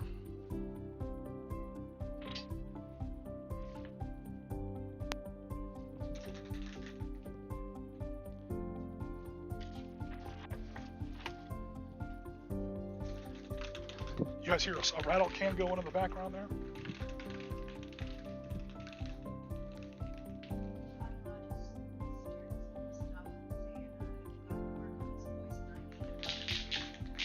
Oh! Have we talked about a commission price yet, Mr. Hobby Lodge? So Hobby Lodge is talking in the chat about the artwork I'm not going to do for him, because I don't want his wife mad at me.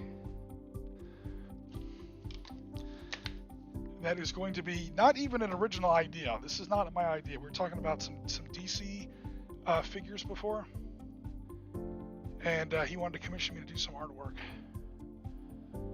of Poison Ivy and Harlequin in a hot tub together.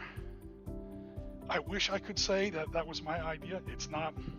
Trust me. There are probably some DC fans out there that already know what I'm talking about. But that is not even my idea.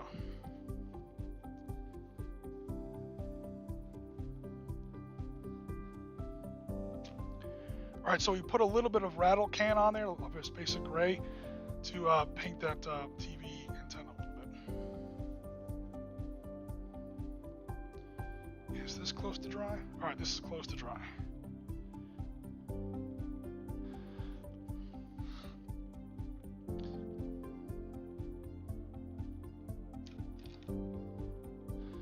So we definitely wanted to put something here.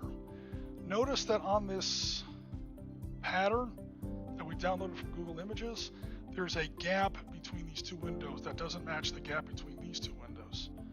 So we want to be able to explain that. I'm going to put a couple of conduits there, just to either distract the eye from the fact that it's not even, or to explain the fact that it's not even. Like those space between those windows is intentional by whoever designed and built this structure. They were leaving space for, who knows, internet lines, phone cables, external plumbing, who knows what. Electrical conduits.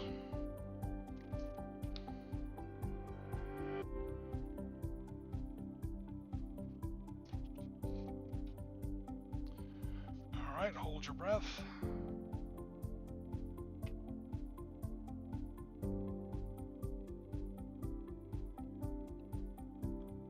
Get on there, please. Make sure it's straight, which it totally isn't. Stay on there, you pain in the ass. Alright, cool. And then what we'll do is once that has settled in place and it's a little bit more sturdy, we'll come back and we'll just drop some very, very light kind of rust effects. So it looks like a rain gutter or a drainage pipe or something like that, kind of coming down there. And of course it comes completely off. Because my life sucks.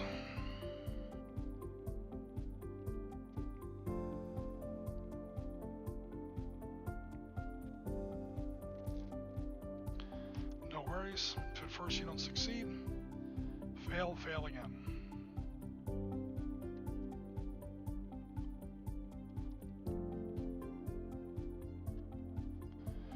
But Hobby Lodge, you joke, and Jen can back me up on this. I have done graphic work and artwork. Well, this isn't really a drawing that I did. This was just some Photoshop I did. I totally got a guy put in jail. I'm not even making that up. A buddy of mine I used to work with at a warehouse, we were having some fun with him, and we Photoshopped his face as like a turd floating in the toilet. It was kind of gross, but it was just like a sick joke or whatever. And we thought it was kind of funny. We were kind of ha-ha. He actually got a little pissed off about it. So we felt bad because he was a friend of ours. So I took a better picture of him we had on file. We had like employee photos on file or whatever. And I got him in the back of this sports car. What the hell was it? In Photoshop. It was like a Pagani Roadster or something. It was like this badass car. It was a frontal view of the sports car. So I clipped out the windshield, the dashboard, the steering wheel, stuff like that. You're kind of looking over the hood of the car and seeing that stuff. I took all those elements, I clipped that out. Then I took his picture, I slid him into the driver's seat. I put that other thing, I superimposed that back over him so it looked like he was driving the car. And then I found like the 3 smoking hottest, badass, thong-wearing, good God, who the hell are these women, hot babes or whatever. And I kind of did the same thing with them. I superimposed them into the car, where it looked like basically end result was him driving down the road in this, $750,000 sports car, with 3 of the, 3 little sex kittens, down the Palm Beach Strip or whatever. And it was some pretty good Photoshop. I put it all together, printed it out, handed it to him, and he was like, "Oh, this is awesome, man, thanks." He took it home and his wife saw it. And rather than haha, that's a sick joke, his wife thought it was real. And took a swing at him. And then, I don't know if he took a swing back or pushed her or whatever. Before you know it, she called the cops. And he was not at work on Monday because he was actually still in jail. And the root cause of it was a friggin' Photoshop document. So, a true story. Even when I was trying to do something nice for the guy, I wound up just getting him in more trouble. So, I often don't do that kind of work anymore because it's not always gone well for me. Okay, meanwhile, these skylights are finally dry a little bit. So I'm going to put them on the opposite side of my chimney.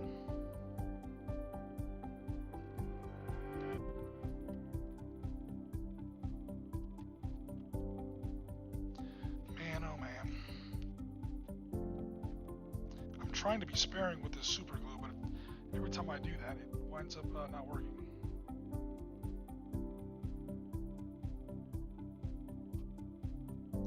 There we go. I realize those skylights are kind of rudimentary. I may go back and put a little bit of a border around them later. A frame might be a better word.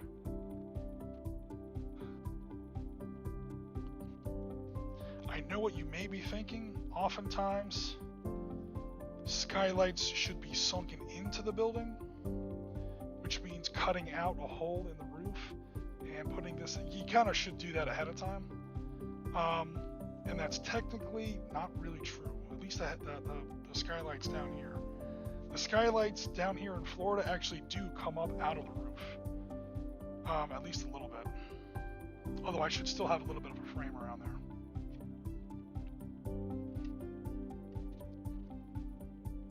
Is this spray paint dry?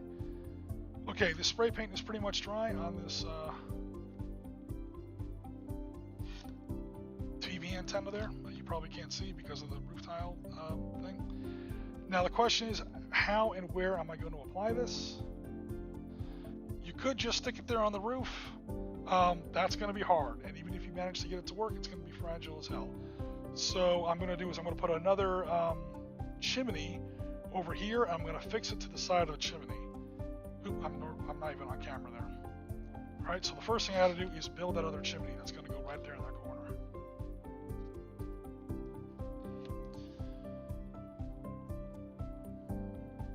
One more chimney piece.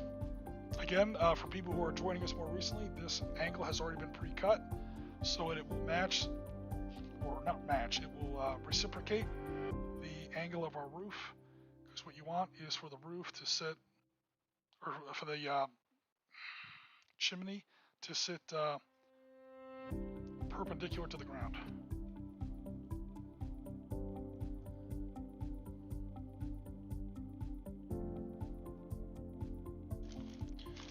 Once more, I cannot find my sandpaper. This is really getting annoying.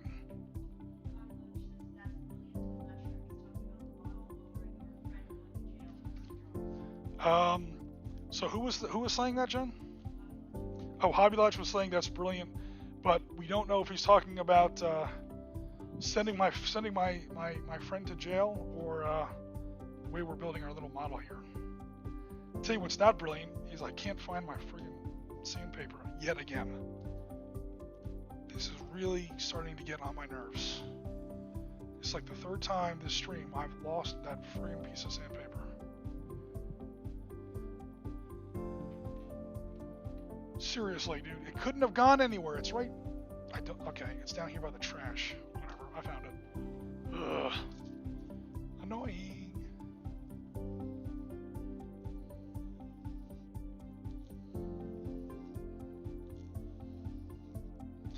Yeah, so the moral of the story, and the reason I told that whole twisted saga was, you know, you may not want me to do some artwork or Photoshop for you, Hobby Lunch. I mean, strange things have happened.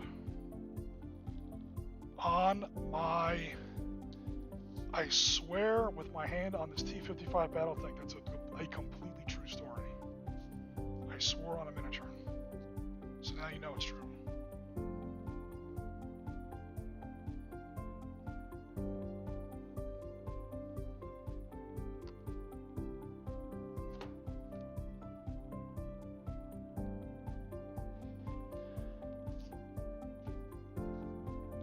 Okay, so now we've sort of corrected that.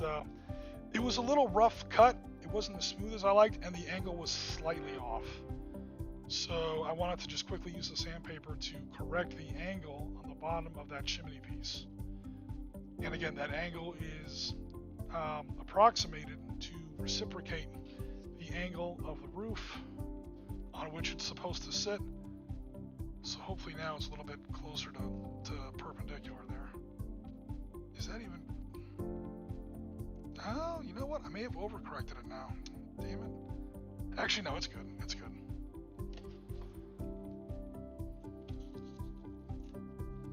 Alright, so again, we get some of our pre-cut photoshopped stuff.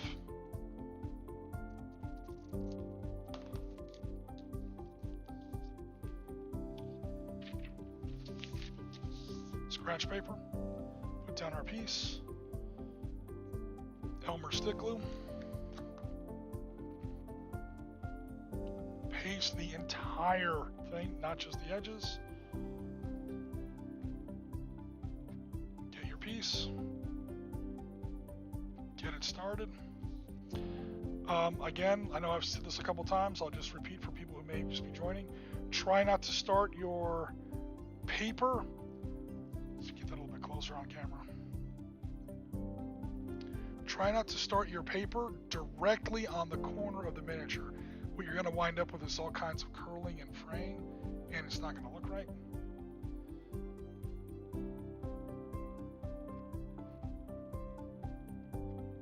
So just leave, get a little bit of it around the corner there. It's going to save you time later in the end.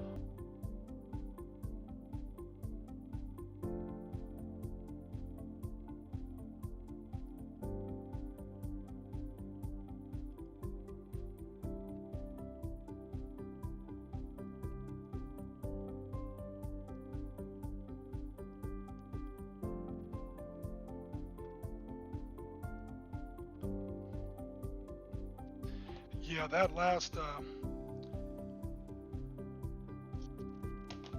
chimney just did not, it was going great until it wasn't.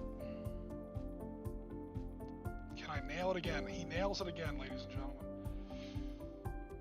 With another perfect landing on my pattern. Okay, now don't screw it up this time.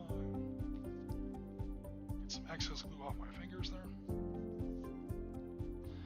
Alright, now what I was trying to show you before, and where things went completely sideways, was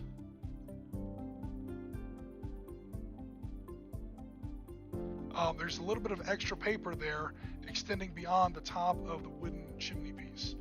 This is the core piece of the chimney. And the reason for that is, I'm going to hold on to it more tightly this time.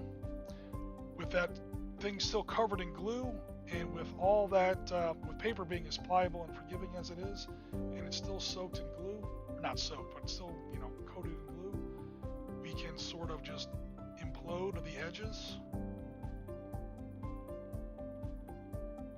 And what we wind up with is some actual thick, or the illusion of actual brick thickness around the edge of our chimney. I'll paint that middle section black, or a very, very dark gray, and the chimney will look like the way a chimney is really built, almost like a rectangular tube of bricks, is the end result that we're looking for there. All I gotta do now is cut the bottom part out of this sloped piece that sits down on the roof. And with a sufficiently sharp pair of scissors, that's no problem.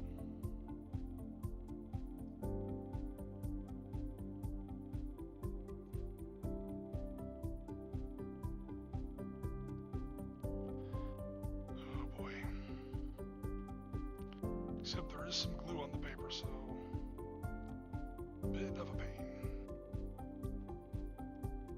Don't worry about getting it exactly, exactly flush with the wooden piece, because again, you're going to fold it in a little bit, and that just means that when you put it down on your roof, there's absolutely none of your interior wood showing. It's all the brick sort of pattern that you got there. Starting to lose my voice.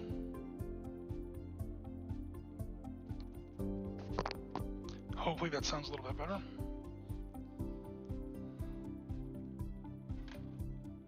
All right, now we're going to go ahead and get started on this. Again, make sure your chimney is not on any of the overhang or anything like that.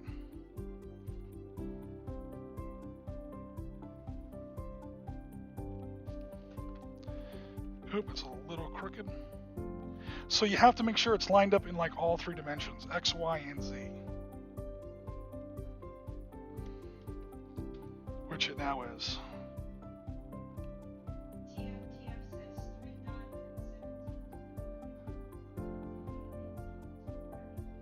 Oh no! So TFTF now has 3 done and only 17 left on those models he's building. That sounds like a man's job right there, man. You're gonna be at that for a while.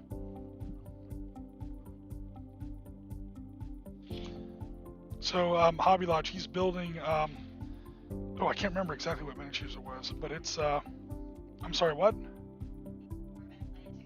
Atlantic Coast miniatures with a lot of pieces, almost like those Wild West Exodus miniatures you were building. That while they were certainly. Oh, I'm not even on camera. Damn it. Well, they were certainly great miniatures. They just almost had like way too many pieces to them.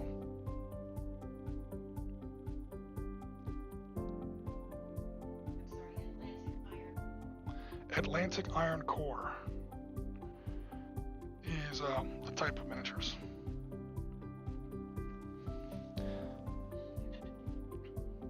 If I get anything wrong in the comments, guys, blame my girlfriend because she's just reading them to me. It's not my fault, man.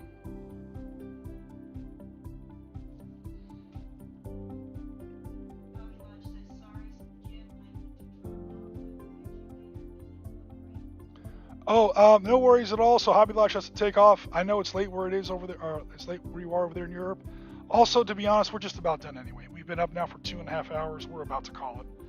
I'm pretty much just trying to finish everything that I have started, and then yeah, I'm gonna call it a day myself. So thanks very much for coming by.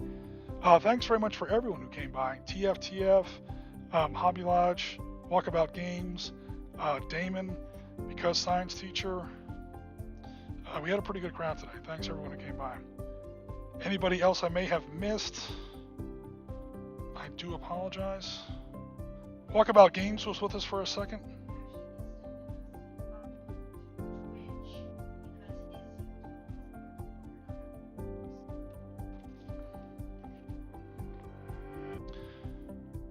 All right, so there's the completed second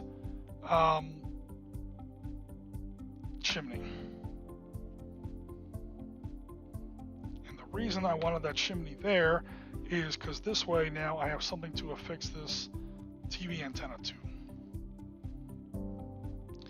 It's a lot easier to stick something long ways than like directly sticking on top of it somewhere.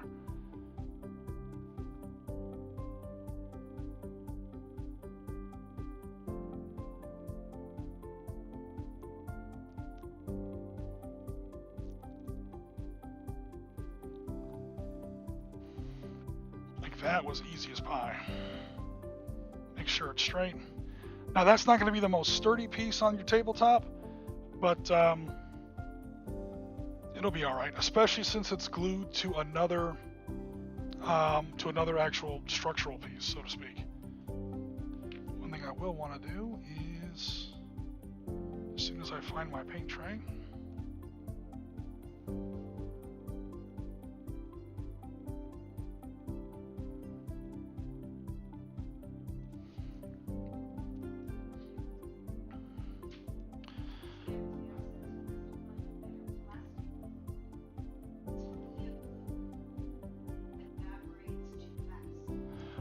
the glue that you're using, TFTF, evaporates too fast. Let me look at that. What is he on YouTube, John? Let me see if I can catch that.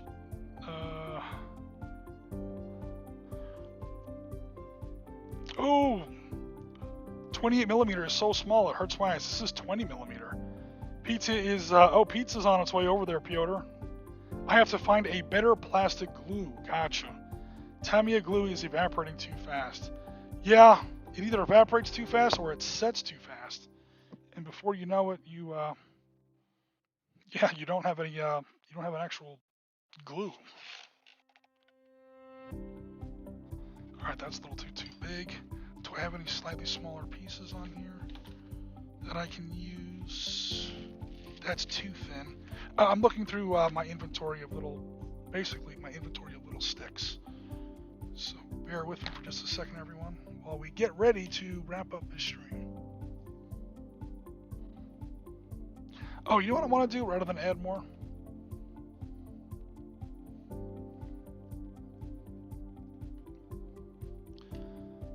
Let's get this orange going again. So not exactly dry brushing, not exactly painting, kind of somewhere in between those two concepts. We're going to apply a little bit of rust effect to these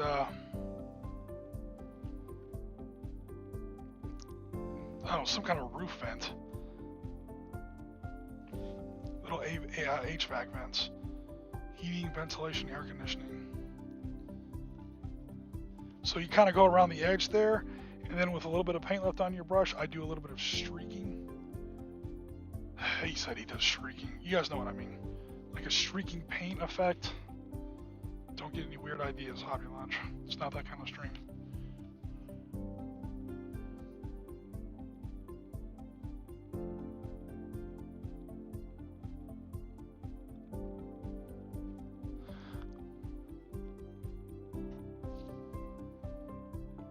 And number one, it just adds a little bit of color because obviously we're looking at a lot of grays here. So any little dash of color sometimes feels, looks good. Also, I know I keep saying we're going to get to signage, but we never really do.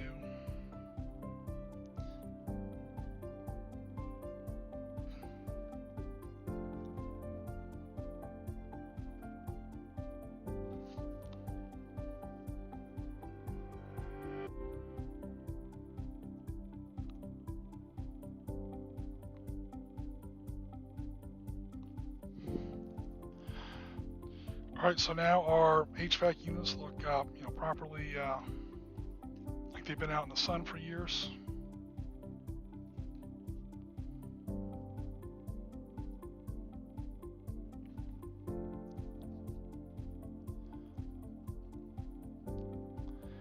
And you don't want to like overdo it, but just a little bit of rusty streaking on these external conduits.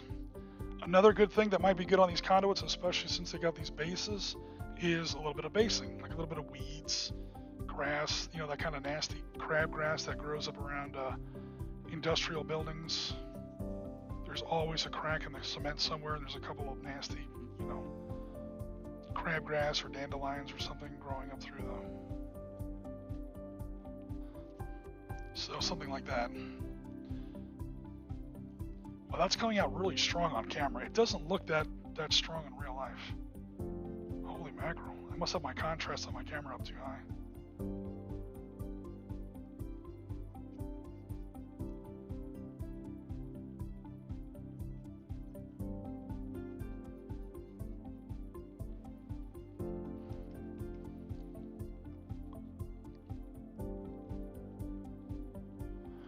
Whatever you do, you just want it to be uniform. I'm not going to tell you guys how to paint. You guys paint 10 times better than I do. You guys know how to paint. You guys should be giving me tips, not the other way around. Alright, that's a touch much right there, so I'm just going to drop a little bit of the same gray back on there to cover it up.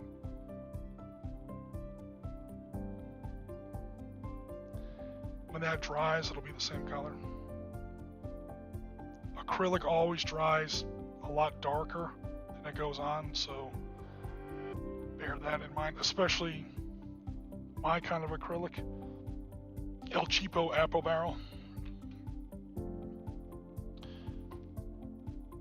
Alright, so that building is pretty much good to go. Again, I'm leaving the roof deliberately flat because, again, sometimes other pieces, not this one again because that one has a garage door on it, but similar pieces would get stacked on top of it. Also, again, not brick. Anyone who builds with brick on top of aluminum siding of an aluminum building is asking for a lawsuit. But just try to make your buildings kind of realistic. I've got some pieces a little like this first one, just without these bay doors. So it's just these warehouse windows. You get a bunch of those and you stick them up on top. And that way you can come up with some different kind of buildings. All right, so we're just about there. We could keep chewing on these buildings forever, but honestly, guys, I honestly believe that what helps your table isn't super detailed a few buildings. You need a lot of buildings. A lot of buildings. Rather than spend an extra 2 hours on adding 10 times more detail to that one building, use that time to build 3 more buildings. and then use another hour to build 4 more buildings, and then build more buildings after that. And you get enough of these things, even if they're just kind of blocky shapes. Well, again, what I'll do is I'll take the camera off the mounting here in just a second. So I clean up my area a smidge. Because right now my area is a mess. Okay, get rid of Mr. Cutting Board here.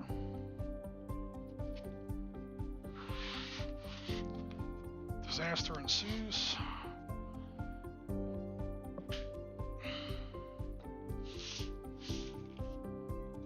Get out of my way, please. All right.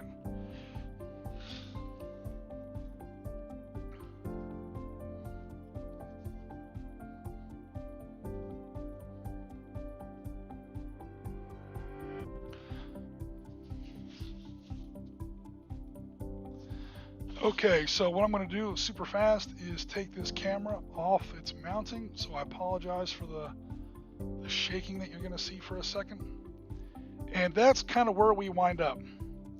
Although again, it would probably look better like this. Or you do something like this. And now your buildings can start to have new and interesting shapes or whatever. And that's the kind of stuff that you start to see. Make sure that's in at least some kind of focus. Come on.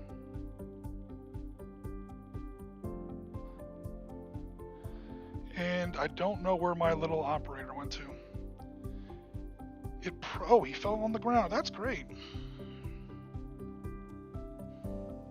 Sorry, guys. I had to pick up a dude off the floor there. Where's the door to this place? Let's get the door up front. So that's kind of what we're looking at. And again, that was a couple hours work. I probably went a little overboard with the detail. But again, the idea or the real payoff, I feel, is a lot of buildings. So just keep building these little buildings, again, with either jewelry boxes, candy boxes, whatever kind of buildings that you can find. Get more and more skins. Make sure you have plenty of skins that you can use on second floor structures. And by that, I mean no garage doors or no pedestrian doors. Just basically make some pieces with nothing but windows. And those can go on the ground floor too if you want. But where they're really going to be useful is when it's time to start, again, I know this is the wrong pattern for this, but that's just like the general basic shape idea. You can start to build up your buildings. Like this could all be one building if you really wanted it to be. You know, build that as one structure out of MDF. You know, you'll be there for a week. But you know, keep it separate, keep it modular, and yes, that does mean take it easy on the details. I know that sounds like a hobby sin, but if you take it easy on the details, what that's going to allow you to do is to get more utility out of your miniatures by, again, sort of Lego blocking them together.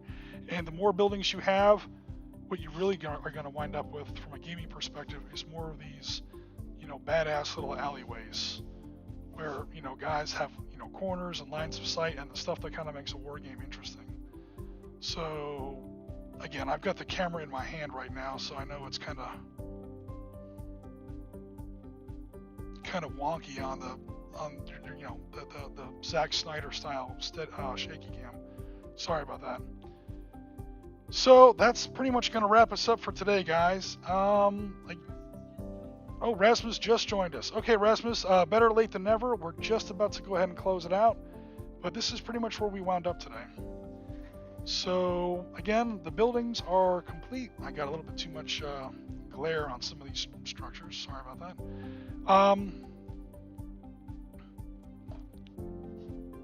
Yeah, something like that.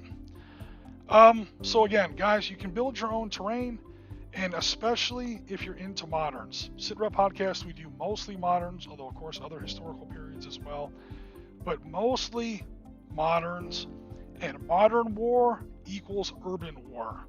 If you think that modern warfare still takes place on a battlefield, and as in a field, I'm afraid I've got some bad news. The battlefield is no longer on a field at all. It is in the streets. It's in alleyways. So if you're going to get into modern combat, no matter what scale you're talking about, we're talking about a lot of towns, a lot of a lot of urban terrain. So that means for your table, you're going to need an absolute assload of buildings. And especially if you play at larger scales, you're going to be building large buildings and you're going to go broke. So it's fun to have some alternate ways to construct and use easily accessible terrain. So we went through all the steps about how to build something like this. You start off with some boxes around the house, or if you don't have them around the house, go to your local craft store. They'll hook you up. They got either gift boxes, jewelry boxes, candy boxes, stuff like that. Those are the thicker cardboard structures that you want to use in a project like this, as opposed to the really thin boxes that you see in your cupboard, i.e. cereal boxes, cookie boxes, cake mix boxes, stuff like that. Those kinds of pantry boxes are good for detail work. When you go to build roofs, when you go to build little, awnings and gutter pipes and stuff like that. But for the actual structure of your house, you want something a little thicker.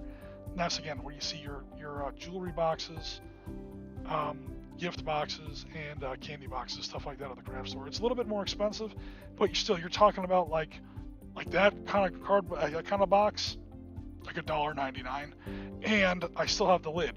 The lid gets put on the top as like an additional roof detail that gets stuck on top of a warehouse. So that's the reason for that. You then get some Photoshop skins, or get some skins from Google Images. You are going to have to scale them a little bit in either Photoshop, GIMP, Photopea, PowerPoint, whatever kind of application you want to work with. You might have to scale it a little bit because you do want your buildings to scale with your guys. We went over this as well, just like a quick review of our last couple streams.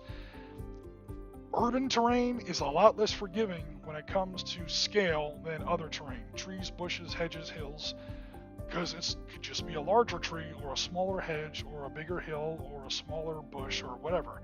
When it comes to buildings, however, that little operator there, he's got to be able to fit in that door. That door has to look like it's his size. If it doesn't, you're going to have issues.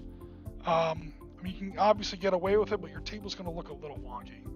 So scale is a little bit more intense when it comes to urban terrain and buildings. By that I mean not the size of the building. The building can be any size you want. Size of the windows, size of the doors. That's what people are going to notice. Like straight out, full honesty here. Do those bay doors look like they fit with that tank? Not really. Not really. So a little bit of a hobby fail there, but this is what I'm talking about. I'm only pointing it out, not to make myself look like shit, but to make the point so that you guys can do this yourselves and avoid the same kind of mistakes. A tank probably can't fit in a bay door anyway, but that's not even close. Uh-oh. Hopefully I'm not streaming that. Yeah, my battery's about to die anyway, which is impossible. I'm totally plugged in. Okay, there we go. I'm sorry, who said that, John?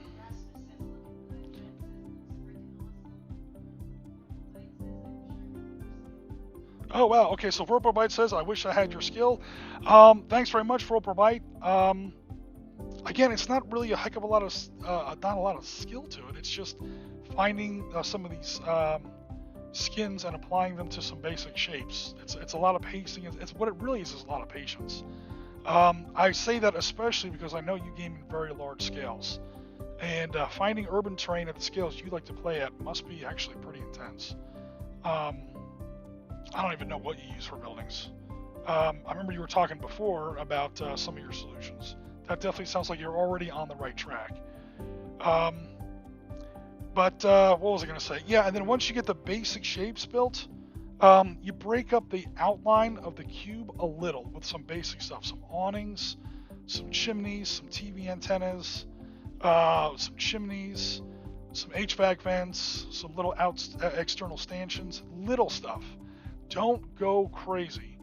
You're going to be tempted to build fire escapes and ladders and all those kind of crazy stuff. That's all great. Just don't attach it permanently to the side of your model.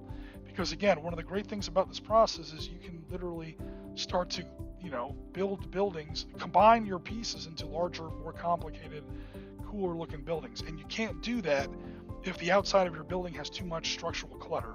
So keep an eye out for that. If you want to build stuff like fire escapes, external staircases, outsheds, little dumpsters that people have on the side of their buildings, that's great. Just do it and keep them separately so you can also move those things around wherever you want. At least for me, the key is the modular ability, because again, the extra 2 hours that you would have spent on that, use that to just build more buildings. Even if it seems basic, even if it seems less like hobby and more like a factory, just keep doing it. Build 10, 20, 25, 30 of these things, and even if on any given table you're only using half of them, you can mix and match them and stick them together, stack them on top of each other, move them around, and what started off as some very basic four-sided rectangle cubes are going to look like real buildings with little wings and additions and second floors and all balconies and all this other kind of stuff really quickly with startling speed, to be honest. Cool. So I hope everyone kind of enjoyed that stream. Again, I apologize. I'm moving the camera again. So there's going to be a bit of craziness on the stream. All right. So, oh, look, even my mouse is on stream. Hello, Mr. Mouse. All right. So again, thanks very much for everyone for coming out. We're going to go ahead and close out the stream. We've been up now for almost 3 hours. Holy crap. Thanks very much, Ben, for the kind words. Thank you very much, Rasmus. Definitely appreciate it. Verbal Byte says, King and Country just released a 60mm 1:30 scale T55. That's awesome. That almost sounds like scale modeling at that point, which is definitely cool, to be sure. Great show, says Verbal Byte. Definitely appreciate it again. Alan Mordray is watching on Facebook. Okay, Facebook, again, I apologize, Facebook community. I didn't see the comments in the last stream. This time I made sure that I was watching Facebook and there weren't that many comments on Facebook. So Facebook, I don't know what you're trying to do to me. I wasn't watching. You guys came out in droves on Facebook and commented up a storm and then kind of complained, correctly so, that I wasn't watching the Facebook chat. And now I'm watching the Facebook chat and it's a cricket fest over there. So Facebook, what's up with that? Come on now. One last look at our different chat streams here. Make sure I'm not missing anybody. All right, cool. Looks like most of our content was in, or most of our traffic was in YouTube this time. No worries there.